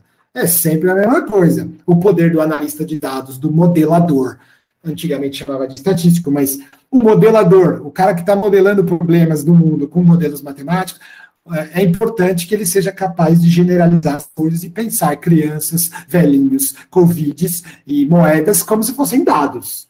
Inclusive, nem sempre com as faces, como se fossem dados. Olha só que engraçadinho, dessa vez foi sem querer. Como se fossem dice, como se fossem bolas em urnas e sacos e bola. E você tem que ser capaz de pensar abstratamente. Pra você perceber, inclusive, que os problemas são parecidos, só troca o linguajar. Esse é um dos poderes do pessoal de exatas. Tem gente que não consegue. Se você trocar dados por peixes no lago, o cara surta e não percebe que é o mesmo problema. Tudo bem, faz parte. Não estamos aqui para julgar ninguém, não é mesmo? Então, jogar 8 dados e ver quantas vezes deu a doença, ou jogar 8 vezes o mesmo dado e ver quantas vezes deu a doença azul, tudo a mesma coisa. Beleza. E aí, eu podia continuar generalizando para baixo aqui, e agora perguntar a probabilidade de dar 6 azuis e 2 brancos. E aí começa aquele monte de possibilidades, blá, blá, blá. 6 azuis e 2 brancos é assim, tem que ter 6 P's em algum lugar, sei lá onde, e tem que ter 2 brancos em algum lugar, sei lá onde. Pode ser assim, por exemplo. Concorda ou não? E aí tem uma formulinha que diz quantas possibilidades. E eu não estou a fim de calcular essa formulinha, porque é difícil, e vou chamar só de C. É uma continha C, é uma constante. Uma constante. Preciso dessa constante. Agora não, porque, como você sabe, o que importa mesmo, como você prestou atenção no que eu disse agora há pouco, para a gente inferir parâmetros, o que importa mesmo é a verossimilhança a priori. O resto é tudo constante de proporcionalidade que a gente arruma no final se for necessário e não arruma se não for necessário.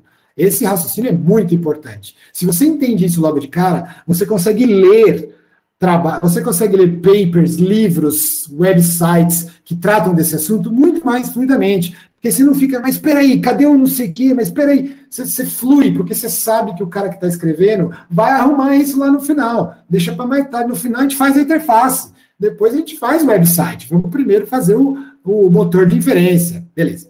Estamos comigo, Ping? Bom. Maravilha. Então, existe um negócio que diz que é alguma constante, que é função de algumas coisas que não vem ao caso agora, e que diz que P é elevado a quantas vezes que eu falei que ia dar azul? 6. E quantas vezes que eu falei que ia dar não azul? 8 menos 6. Beleza. Então, existe, genericamente, uma distribuição que tem nome e sobrenome, mas não vem ao caso agora. Eu estou omitindo de propósito, porque eu não quero que você fique atrelando as coisas aos nomes, eu quero raciocínio, que diz que o total T é a probabilidade de dar um total T igual a X, total azul igual a X totais, é uma constante mística que tem a ver com, sei lá, com o que tem a ver, com quantas vezes está jogando, com qual foi o que você pediu aqui, uma constante, P elevado ao número de sucessos, né, de azuis que você queria, então que é X, e 1 menos P elevado ao número total, que eu vou chamar de não, menos X, que é o resto, né, o não P.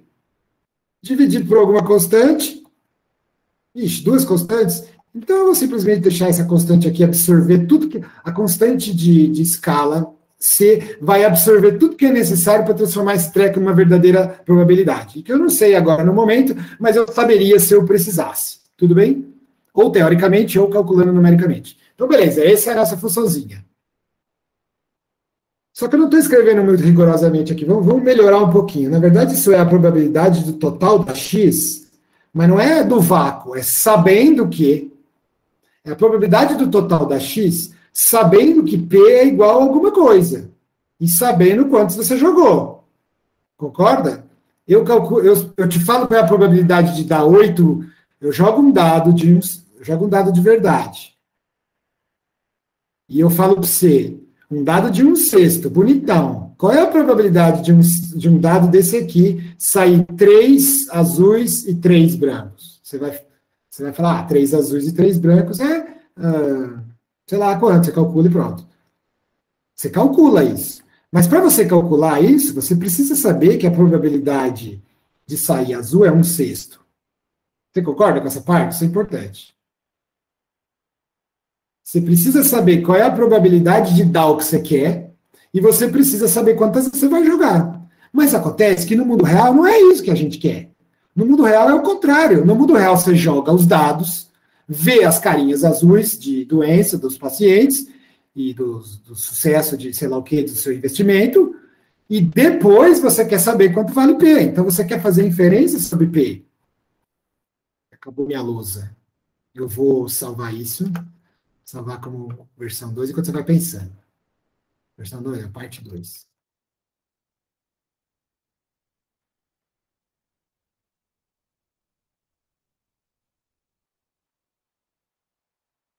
Parte 2.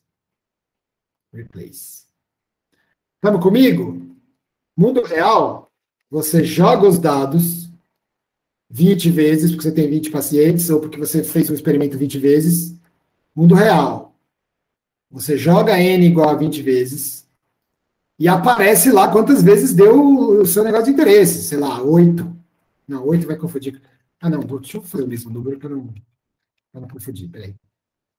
Você joga lá Enão 8 vezes, e dessas 8 você sabe lá quantas deu azul. Deu 4 vezes, não, 4 metade. Vamos fazer 2 vezes deu azul.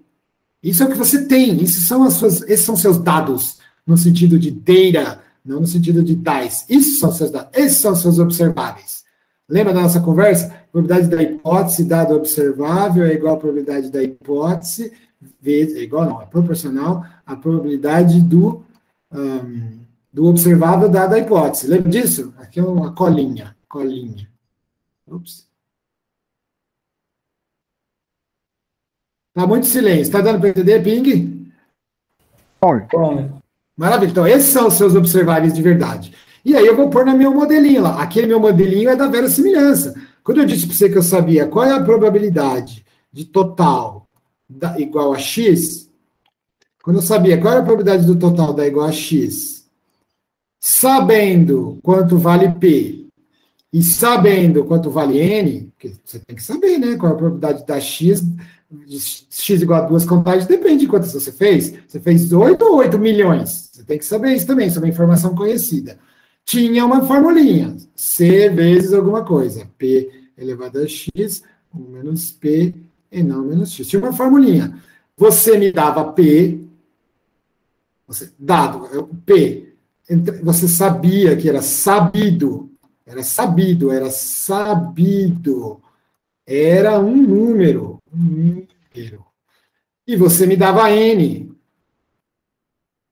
E aí o desconhecido era X. Desconhecido era X, entrava aqui e aqui. Desconhecido. Só que no mundo real não é assim. No mundo real é o contrário. No mundo real você quer fazer inferências sobre o parâmetro. Quem que é o parâmetro aqui? É P. Você quer descobrir qual é o P que fez aparecer 8 e 2. Faz sentido o que eu estou falando ou não? Faz sim, doutor. Então, isso aqui que você está vendo na sua tela é a probabilidade da hipótese, a probabilidade da observação, dado um conjunto de hipóteses matematizadas por um parâmetro. Aqui é fácil, a hipótese aqui é simplesmente que P é igual a 1/6. Mas quem falou que P é igual a 1/6? É isso que eu quero descobrir. Sacou?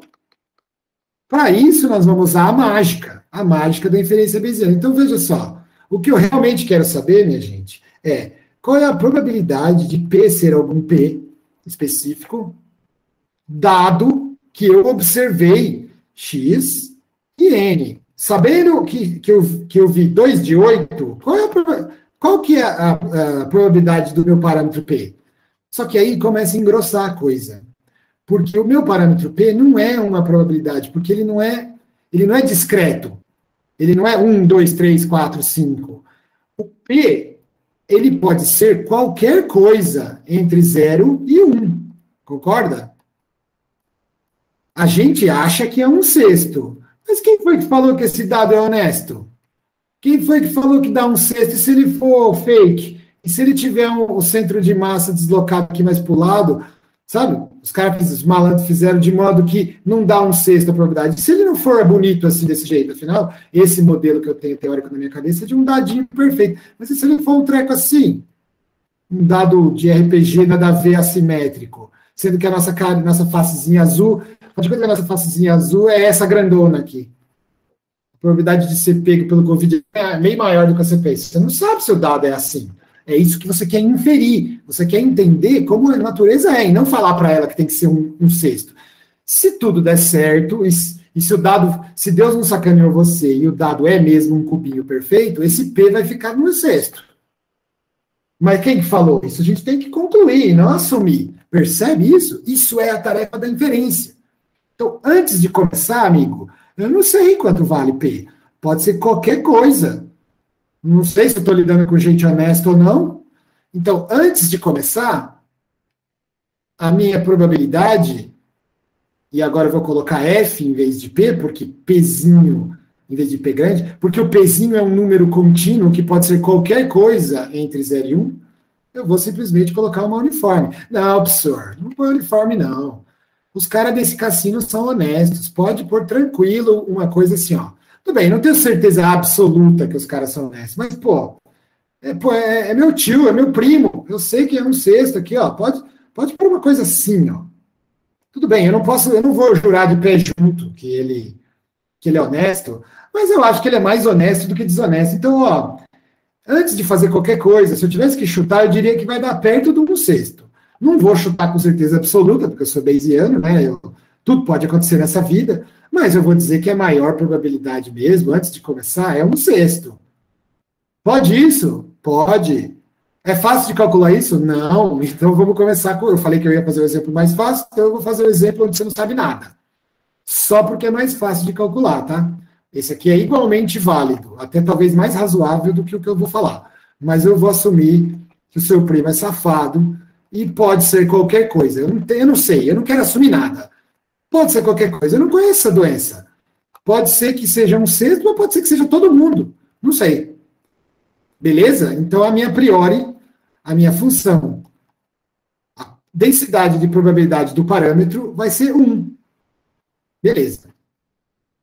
Como diz a regra de Bayes, a probabilidade da hipótese dada as observações, isso aqui, é proporcional a... Ixi, ficou meio grande, vou por aqui embaixo.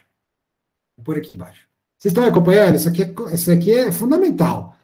Eu vou dizer que a densidade de probabilidade do meu parâmetro, depois de ter visto observações, as observações estão codificadas aqui por x e n, depois de ter feito um experimento, ela é proporcional ao quê? Ao que eu achava que ia acontecer antes de fazer o experimento, a probabilidade da hipótese, que nesse caso é materializada na prática mesmo, corretamente, matematicamente correto, por uma funçãozinha de densidade para P, vezes a função de observar essas observações, dado um Pzinho e um N. Eu estou materializando na prática esse blá blá bonito que eu falei na última hora. Esse blá blá bonito e filosófico e super legal que underpins, que está por baixo da estatística, da inferência bayesiana e da ciência de dados moderna, que usa conhecimento e aprendizado, porque é difícil aprender com estatística frequentista, mas para a estatística bayesiana, aprender é só o fato da vida, você só vai, por isso que ela é tão legal no contexto de aprendizado. Mas beleza, não quero vender, assim, deu para perceber que eu não sou neutro, né? Se você até agora não percebeu que eu tenho lado nessa história, você é xarope e não merece o seu diploma. É claro que eu tenho lado aqui, eu gosto muito mais da estatística bayesiana do que da outra, mas fazemos o que precisa ser feito para entregar, não é mesmo? Se o cliente quer um negócio, a gente faz o que ele quer. Se ele não quer, a gente dá o melhor. Se ele quer especificamente isso, não quer saber sua opinião, você faz o que ele pediu. Então você joga com qualquer uma. Analisar dados tem que ter essa flexibilidade. Mas se perguntar para mim qual que eu gosto mais, é esse que eu gosto mais, por causa da sua estrutura teórica e conceitual. Mas nem sempre ele é o mais prático. E às vezes você só quer resolver rapidão e você usa a outra só porque ela é mais prática. Se meu orientador ouvir isso, ele vai me mandar um e-mail me xingando, porque ele me ensinou exatamente o contrário, falou para não fazer isso. Mas ele sabe, no fundo nós dois sabemos, que tem horas que é melhor não ficar discutindo e só analisar os dados e pronto, que é o tipo de pensamento que eu quero passar para vocês. Mas é óbvio, eu espero que você tenha percebido que eu tenho lado e eu gosto muito mais desse aqui. Mas então, foca. Você tem essa função, e agora eu sei calcular, pelo menos em princípio, eu transformei em matemática real, concreta, para a gente fazer, eu transformei aquele blá bonito e teórico. Para eu calcular a minha função dos parâmetros, para eu calcular a minha densidade dos parâmetros, eu preciso de uma opinião sobre o que aconteceu antes. Acabei de dar a minha opinião, uniforme. Então a opinião vai ser uniforme. Por quê? Porque eu estou com preguiça de fazer difícil, mas daria para fazer difícil. Podia pôr essa função aqui.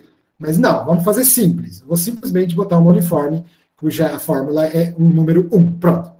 E essa daqui é a verossimilhança. É o que a gente escreveu agora há pouco. Qual é a função? É a densidade. Nesse caso, a densidade vira probabilidade porque é discreto. Então, esse é um exemplo legal também, porque mistura discreto e contínuo. Eu estou usando F para todo mundo, apenas assumindo que a densidade de probabilidade fora dos pontos que interessam na probabilidade é tudo zero, então ela ficaria assim, como se ela ficasse assim. 0, 0, 0, 0, 0, 0, 0, 0, as densidades necessárias, e aí no final tudo soma para 1, ou seja, você converte uma função densidade em probabilidade. O contrário é que não dá para fazer. Tudo bem isso aqui? Por isso, estou justificando porque eu estou usando F. Mas aí eu vou trocar esse F por likelihood. Então, eu vou fazer 1 vezes likelihood, a verossimilhança, dos meus dados, para ficar com a mesma notação de antes, e dos meus parâmetros θ, não.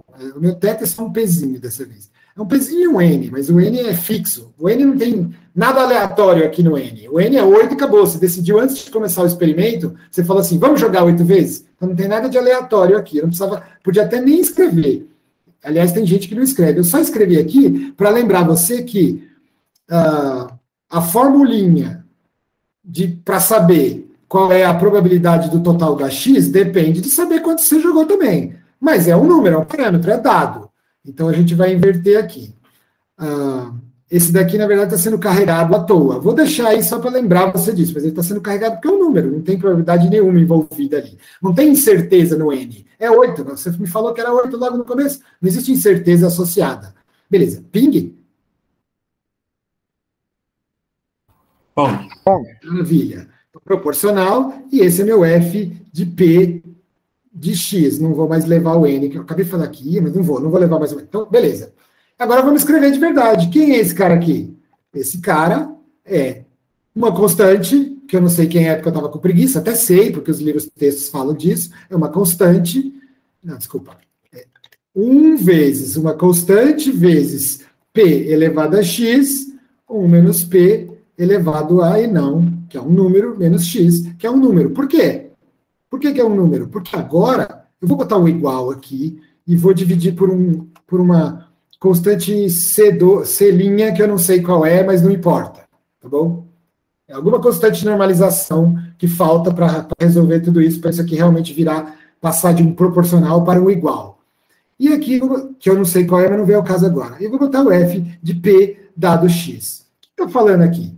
Antes, isso aqui era sabido, era um número, isso aqui era sabido, é um número, e isso era desconhecido.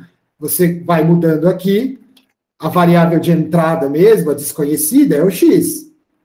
E P é fixo. Dessa vez, eu não sei se você percebeu, é o contrário. X é fixo.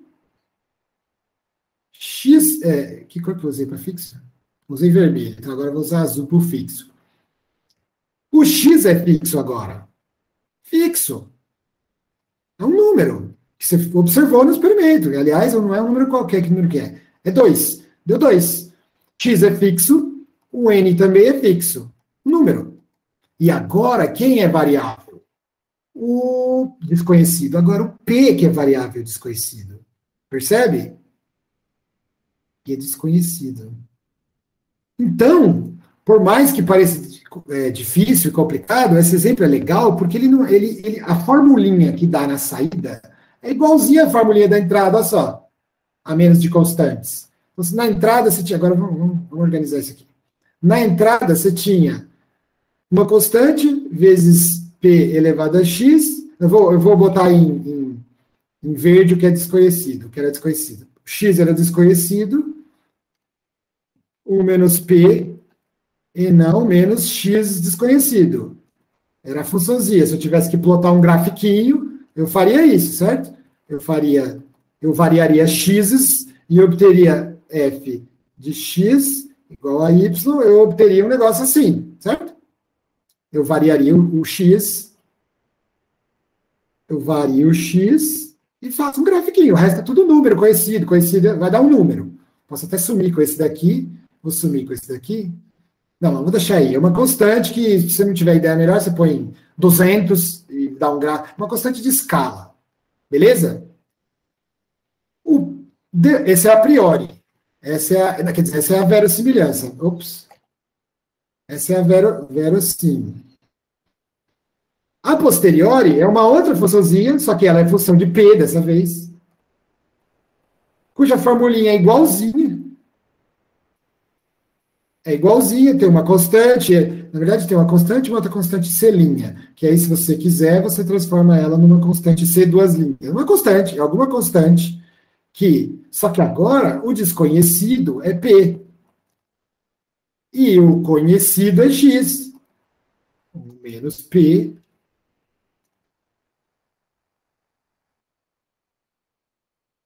N menos X. Essa aqui é a posteriori. Isso aqui seria um Y se você tivesse que graficar. E aí você pode fazer isso, graficar, fazer um pornográfico. Vamos pornográfico.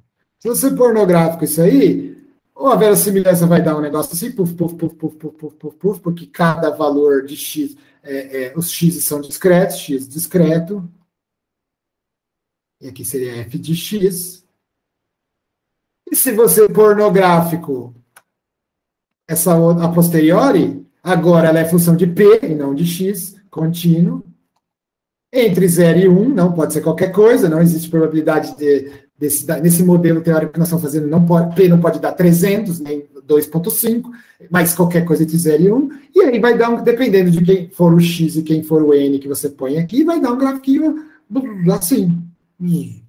Adivinha onde vai estar o máximo?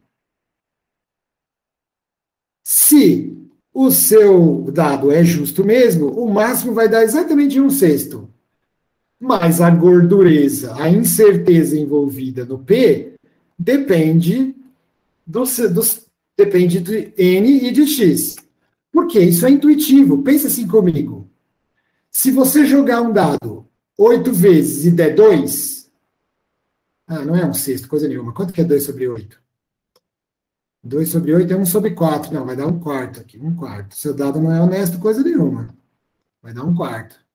Vai dar justamente X sobre N, que é o que você espera mesmo intuitivamente. E a gordureza vai dar essa. Jogar um dado 8 vezes e obter dois azuis não é a mesma coisa que jogar um 80 e obter 20. Que não é a mesma coisa que jogar um 800 e obter 200. Você fala, lógico que é, professor. Todos eles dão... não, é o contrário, pelo amor de Deus. O número maior tem que ser embaixo, gente. Senão não vai dar certo nunca. Desculpa, perdão. Pois em casa os historiadores do futuro vão ficar confusos. Espera aí. 2 de 8. 2 de 8. 2 em 8. É a mesma coisa que 20 em 80, que é a mesma coisa que 200 em 800? Lógico que é absurdo. Tudo isso aqui é igual. Tudo isso é igual a 1 sobre 4. Mas não é. Por quê? A incerteza no seu parâmetro P em 2 sobre 8 é muito maior do que em 20 por 80, e que é muito maior do que em 200 em 800. O 200 em 800 ficaria um negócio assim, ó. Ainda tem uma gordureza, não é zero. Mas ele tem muito mais certeza do que ele está falando do que o cara que viu 2 em 8. O cara que viu 200 em 800 tem muito mais certeza que é um quarto do que um cara que viu 2 em 8. Faz sentido, minha gente?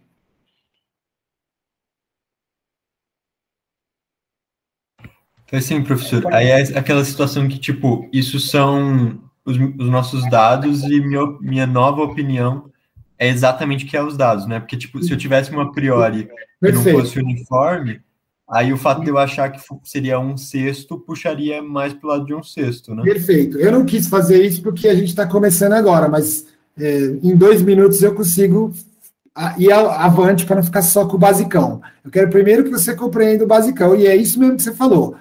Fizemos um modelo onde eu não sabia nada sobre quais eram as possibilidades de P no começo. Nada não, né? Mentira que eu não sei nada. Eu sei. Não é que eu não sei nada. Eu estou impondo o seguinte. Eu estou dizendo que, ó, é o que eles chamam de não informativa. Não é que eu não sei nada. Ela é não informativa. Estou dizendo, antes de começar, eu acho que tudo pode ser igualmente. Não tem opinião. Pode ser, tanto faz. Minha opinião é tudo igual para tudo. Tanto faz. Falta branco em vez de botar nulo. Bota qualquer coisa. Beleza. Com esse modelo, quando você faz as continhas, dá isso aqui. Agora vamos imaginar um outro. Vamos imaginar que, em vez de fazer esse, você acha, sei lá por que você acha, tá? Que você acha que, antes de começar, você acha que é uma gaussiana entre 0 e 1, é uma gaussiana entre 0 e 1, então é uma gaussiana truncada, com um pico em 1/6. Uma gaussiana truncada, né? Ela não vai de menos infinito a mais infinito. Eu não lembro qual é a fórmula. Mas aí não adianta porque eu não lembro qual é a formulinha. Eu preciso de uma que eu sei a formulinha. Uma beta, lembra que a gente viu as betas? Ou qualquer uma daquelas que a gente tinha visto nas outras aulas, que alguma que seja limitada, que alguma densidade que caiba no 0 e no 1. Existe uma versão gaussiana, Herbert Richards, para isso, mas vamos pegar um triângulo, uma coisa assim, ó. Você disse que é assim, 0 e 1, e você resolveu que ia ser um negócio assim. Uma reta para cá, e uma reta para cá, e 1/6. Bom, mas aí, posso pôr em meio, só para ficar fácil? Vou botar no meio, tá bom? Só para ficar fácil. Assim, seria uma dificultação em relação ao uniforme, mas também não muito mais difícil, porque os mais difíceis vêm depois. Eu não queria um triângulozinho. Então, qual que é a fórmula dessa distribuição aqui? Bom, para P, a fórmula é assim.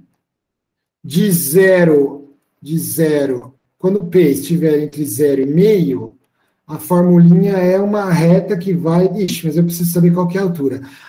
Qual que é a área desse triângulo, hein, molecada? base vezes altura. Então, base meio vezes H, base vezes altura dividido por 2 é a área do triângulo, não é isso? Puxa ali, library sexta série aí. Library sexta série S6S. Puxa seu panda aí. Então, dá 1/4 de H. Só que tem um outro triângulo aqui do lado, então são 2. 2/4 de H. Então, é metade de H. Pô, é metade do quadrado, professor. Lógico. Triângulo, ai, meu Deus do céu. Esse igual a esse, igual a esse. Seria o quadrado. Então, precisa ser... A altura tem que ser 2, né? H tem que ser 2. O único jeito dessa... Vamos ver se é verdade mesmo. Meio vezes 2 dá... Não é verdade, não. Meio vezes 2 dá 1. Tem que ser 1. Não, peraí. 2 vezes... Meio vezes 2 dá 1, só que é muito. Então, tem que ser meio... Tem que ser 4. 4 vezes... Não estou fazendo certo. 4 vezes 2 é... Não, mas aí é muito, peraí. Tem que ser meio, pronto, meio. Não, 1/4. Ai, meu Deus, vamos ver. 1/4 vezes meio, mais 1/4 vezes meio, quanto dá? Não, não é isso não, cara. Pô, não é meio vezes meio, professor? Minha função quinta série não está dando certo aqui, cara. Eu preciso de área. A área do triângulo é base vezes altura, dividido por 2. Mais, esse é um triângulo. Aí tem outro triângulo, base vezes altura dividido por 2. Isso tudo é a área. Quanto que dá isso aqui? É 1/4 de H mais 1/4 de H, que é igual a meio de H. Isso tem que valer 1. Então, H tem que valer 2. Ué, eu falei 2 aquela hora, por que eu achei que não era? Sei lá. Vamos ver se isso é verdade mesmo? Altura vezes base, dividido por 2, mais altura vezes base, dividido por 2, isso dá meio mais meio, que dá 1. É isso mesmo, pronto. Então, fala. Não, só ia comentar que se você pensar isso aí no retângulo, o triângulo seria metade dele, então seria 1 vezes 2 dividido por 2. Agora que você me avisa, por que vocês não intervêm antes de eu passar vergonha na internet? Estou falando das integral do mar aqui, não sei o que, as teorias muito loucas, aí depois o professor não consegue fazer uma quantia de vezes aqui, o leitor do futuro, quem estiver assistindo a gente daqui 10 anos, vai pensar, pô, você não sabe nada, vai descobrir, na verdade, que eu não sei nada. Tá bom, na próxima vez que eu estiver passando vergonha, você intervém antes, falou? Obrigado. Vamos lá, foca. Você me avisa que eu estou fazendo merda antes e que tem um jeito melhor. Mas eu agradeço mesmo assim. Então, 2 vale... Não, então, peraí, não é que vale 2. Vale uma funçãozinha que é... qual que é a tangente aqui, a derivada, para a gente fazer ioiô, mixoxô aqui. Quando der meio, vai dar 2. Então, AX mais B tem que dar 2 quando eu puser meio aqui. Certo? E quando eu puser 0, tem que dar 0. Então, B é 0.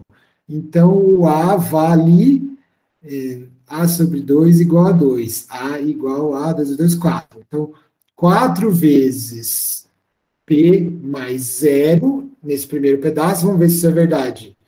Quando eu ponho meio aqui, metade de 4 é 2, está certo. Então, 4 vezes P mais 0 na primeira metade. E na metade descendente aqui? Seria... Estou tentando fazer a funçãozinha... Você vê que um triangulinho já dificultou bem mais, por isso também que as pessoas gostam de botar um uniforme, porque você põe e acabou. Tudo isso, só para relembrar o que eu estou fazendo, estou escolhendo uma outra que não seja uniforme aqui. Sei lá por que motivo você acha que aquele triângulo é a sua opinião sobre o que vai acontecer, tá bom? Para ficar um pouco mais difícil e a gente partir do elementar, que seria uniforme, para um pouco mais sofisticado, mas não muito. Apesar de que eu estou apanhando mais nisso do que no... Tá bom. E na descida? Na descida seria uma retinha aqui, né? Tem que dar, quando for AX mais B igual a Y. Quando for 1, tem que dar 0. Quando for... Então, A vezes 1 mais B tem que dar 0. E quando for meio, A meio mais B tem que dar 2. Vamos resolver esse sisteminha aqui. Que número que eu tenho que pôr aqui para dar certo? Se isso aqui dá 0, B tem que ser igual a menos A. Maravilha, já facilitou. E se B igual a menos A, menos meio, menos A igual a 2. Então, 2A menos 2A igual a 2. Então, A menos 2A fica menos A é igual a 4. Então, A igual a menos 4. Então, é menos 4A, menos 4A e B vale menos A. Menos 4A, isso aqui tem que ser igual a Y. Menos 4A é menos 5A. Não, mas isso não está certo, não é possível. Quando dá 1... Eu acho que é menos 4... desculpa, mais 4. Desculpa. É menos 4... O senhor está fazendo besteira. Menos 4A... Não, menos 4A não. Menos 4x menos B, menos 4, né? Que B é igual a menos... Não, menos mais igual a Y. Vamos ver se está certo isso aqui. Se eu puser 1 aqui, dá 0? Dá. Menos 4 mais 4 dá 0. Maravilha. Se eu puser meio, menos 4 meio mais 4, quanto dá isso aqui? Menos 4 dividido por 2, menos 2. Menos 2 mais 4, 2. Beleza, é isso aí mesmo. Então tá certo nessa retinha. Então a nossa densidade é esse monstrinho aqui. Monstrinho nada, né? Tem nada de monstrinho, mas tudo bem. Menos 4P. Usei X aqui só porque reta é X e Y, tá? Mas eu não estava falando do mesmo X lá de cima, não. Tudo bem? Isso não foi muito didático, mas esse X e Y aqui não tem nada a ver com esses daqui, tá bom? Nada. Foi só porque quando a gente chama a biblioteca quinta série, vem X e Y. Que são as únicas letras que a gente sabe na quinta série. Menos PA, menos mais 4. Essa é quando os P for meio, P e 1. Pronto, essa é a minha densidade a priori. Sei lá porque a gente quis isso. Só para mostrar um exemplo. Agora, vamos fazer a quantia bayesiana de verdade. Essa é a priori. A prior. No meu, por algum motivo, me disseram que é assim que esses dados, que esses doentes, que essas ações, que esses peixes, que essas coisas se comportam. Me disseram, estava escrito no livro. Será? Vamos ver. Então, vamos fazer a inferência bayesiana básica aqui. Diz a lenda que f de P, quer dizer, diz a lenda que f da hipótese, tendo observado observações, é proporcional a f da hipótese sem ter observado coisa nenhuma, vezes a f das observações se o mundo funciona. É assim, ó. É a probabilidade do mundo ser como eu penso que ele é, dadas as observações que eu vi, é proporcional à probabilidade do mundo ser como ele é, vezes a probabilidade do mundo ser como eu penso que ele é, vezes a probabilidade de eu ter observado o que eu observei se o mundo fosse do jeito que eu penso que ele é. Vixe, não é a mesma coisa. A probabilidade de eu observar o que eu observei, supondo que o mundo funciona do jeito que eu penso que ele funciona, não é a mesma coisa que qual é a probabilidade do mundo ser como eu penso que ele é, dado que eu observei essas coisas. São coisas diferentes, e é isso que a inferência bayesiana está fazendo a mágica de levar um no outro. Bom, agora vamos fazer de verdade. F de P, dado os meus X e o meu N, tenho que saber essas coisas para te dar uma inferência, para eu inferir qual é a probabilidade de sair azul. Afinal, eu não estou vendo o dado. É proporcional, eu vou botar aqui, é igual a uma constante C, que eu não sei quanto vale, desse monstrinho aí, então eu vou ter que separar em 2 pedaços. Então ele é separado em 2 pedaços. Ele é 4P. 4P vezes uma constante C, P elevado a X, vezes 1 menos P elevado ao total, que é a probabilidade de ter dado o que eu queria, elevado a quantas vezes deu o que eu queria. A probabilidade de dar o que eu não queria, elevado a quantas vezes deu o que eu não queria. Se P, blá, blá, blá, blá, blá, blá. E o outro é menos 4P mais 4. Menos 4P mais 4 vezes uma constante, vezes P elevado a X, vezes 1 menos P elevado a N menos X, se P, blá, blá, blá, blá, blá, blá, blá. Então, está dividido em 2, tá vendo? Então, agora a gente faz a continha. Agora a gente pode fazer um gráfico, que é o exercício que eu vou pedir para vocês. Putz, já são 4h11. Eu falei que eu não ia descontar em vocês, mas estou descontando. Quem precisar ir, tem aula de outra coisa e tal, pode ir que está gravando, eu imagino. Acho que... Sim, está gravando. Ping? Bom. Estou acabando. É só um exemplinho não trivial, um nível acima, um epsilon acima do trivial. Então, quanto que dá isso aqui? Bom, dá 4px mais 1 vezes 1 menos p elevado a n menos x, quando p está entre 0 e meio. Se p estiver entre 0 e meio, vai ser essa formulinha aqui, que eu não faço a mínima ideia como é, tá? Depois adivinha o que vai ser lição de casa. Vou botar isso aí, porque eu nunca... A gente podia até fazer agora no R, mas já está tarde. Mas eu até fiquei curioso, mas eu vou deixar de lição para vocês mesmo. Até chegar em P é uma formulinha. De meio para frente,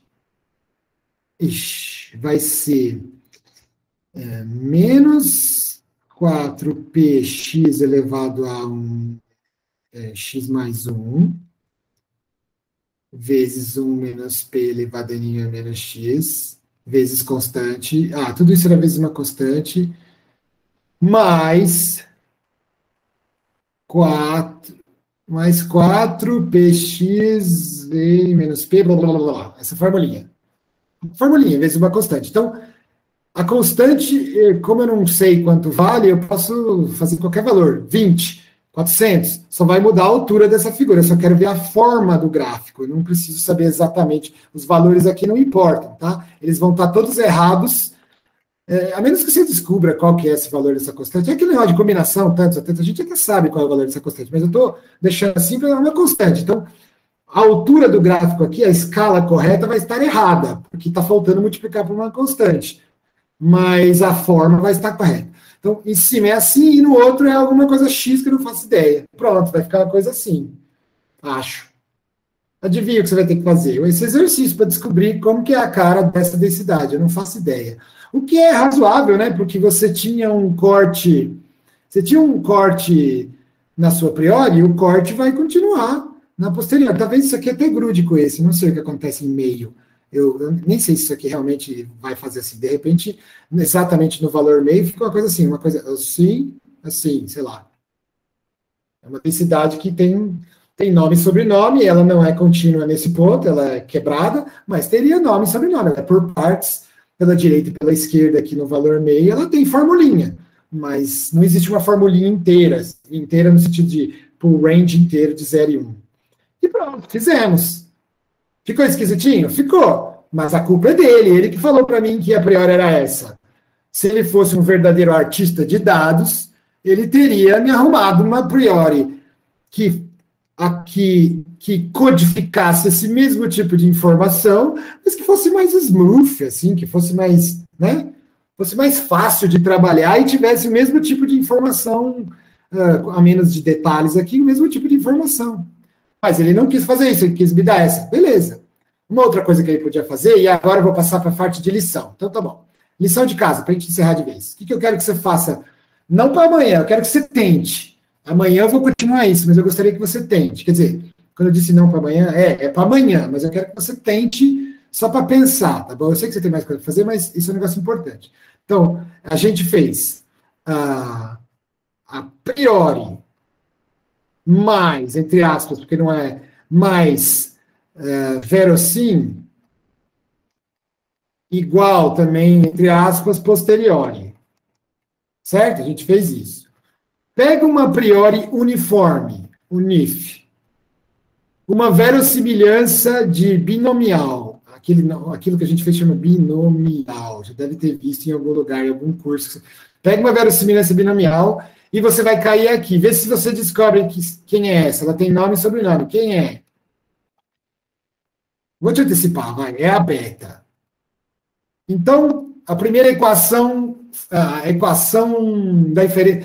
primeira relação da inferência bayesiana, basicona, assim, a primeira que você vê em qualquer cursinho de inferência usando aprendizado bayesiano. Se eu falar aprendizado, você faz. Se eu falar estatística, você não faz, né?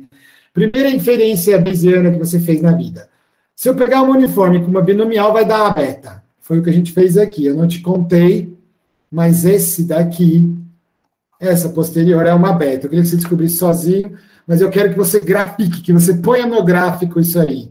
Faz para você ver com números reais, para você ver o que acontece. E, ó, vou te falar, eu tenho alguns anos de carreira já fiz meu doutorado faz um tempo, até hoje eu uso isso. Tem coisas simples na vida que são resolvidas com isso. É o tipo da coisa que tem que estar no cinto de utilidade de todo mundo que mexe com dados.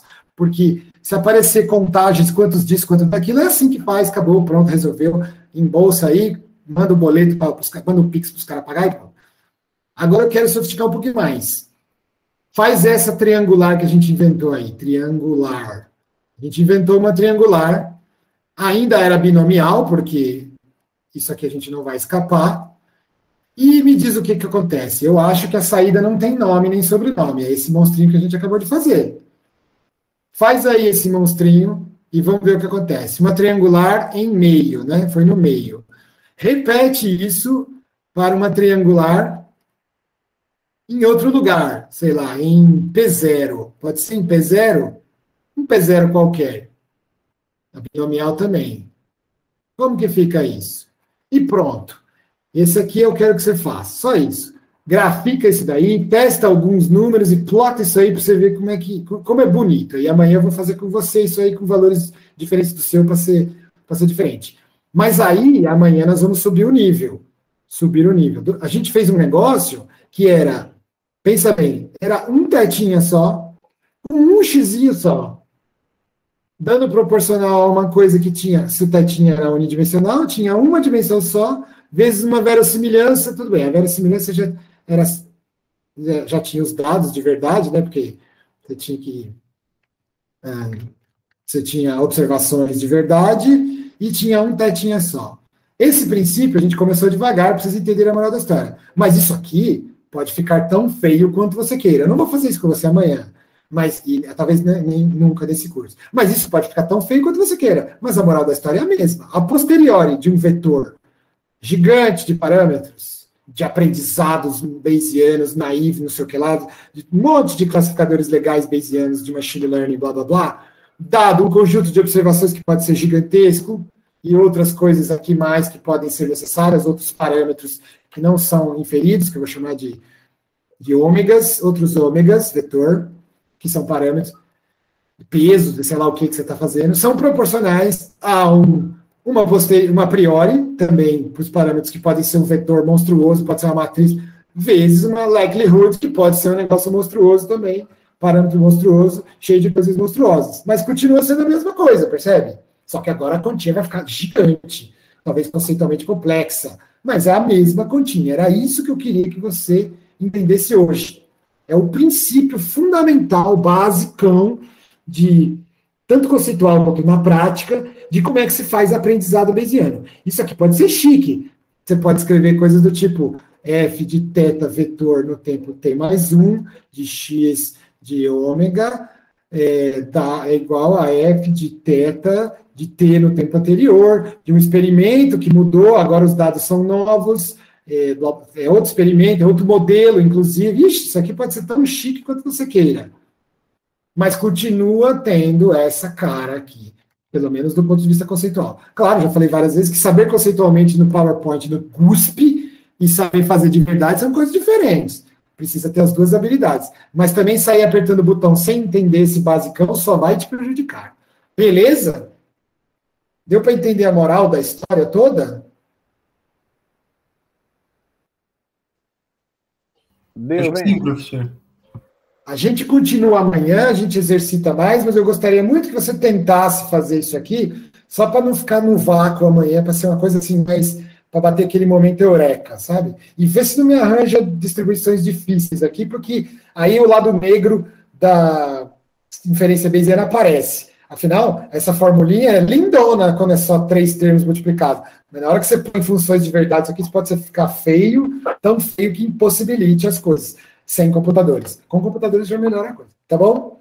Então, beleza, gente. Vou terminar a gravação, e depois eu edito para tirar aqueles problemas que aconteceram no meio e libero para vocês refletirem mais. E é isso.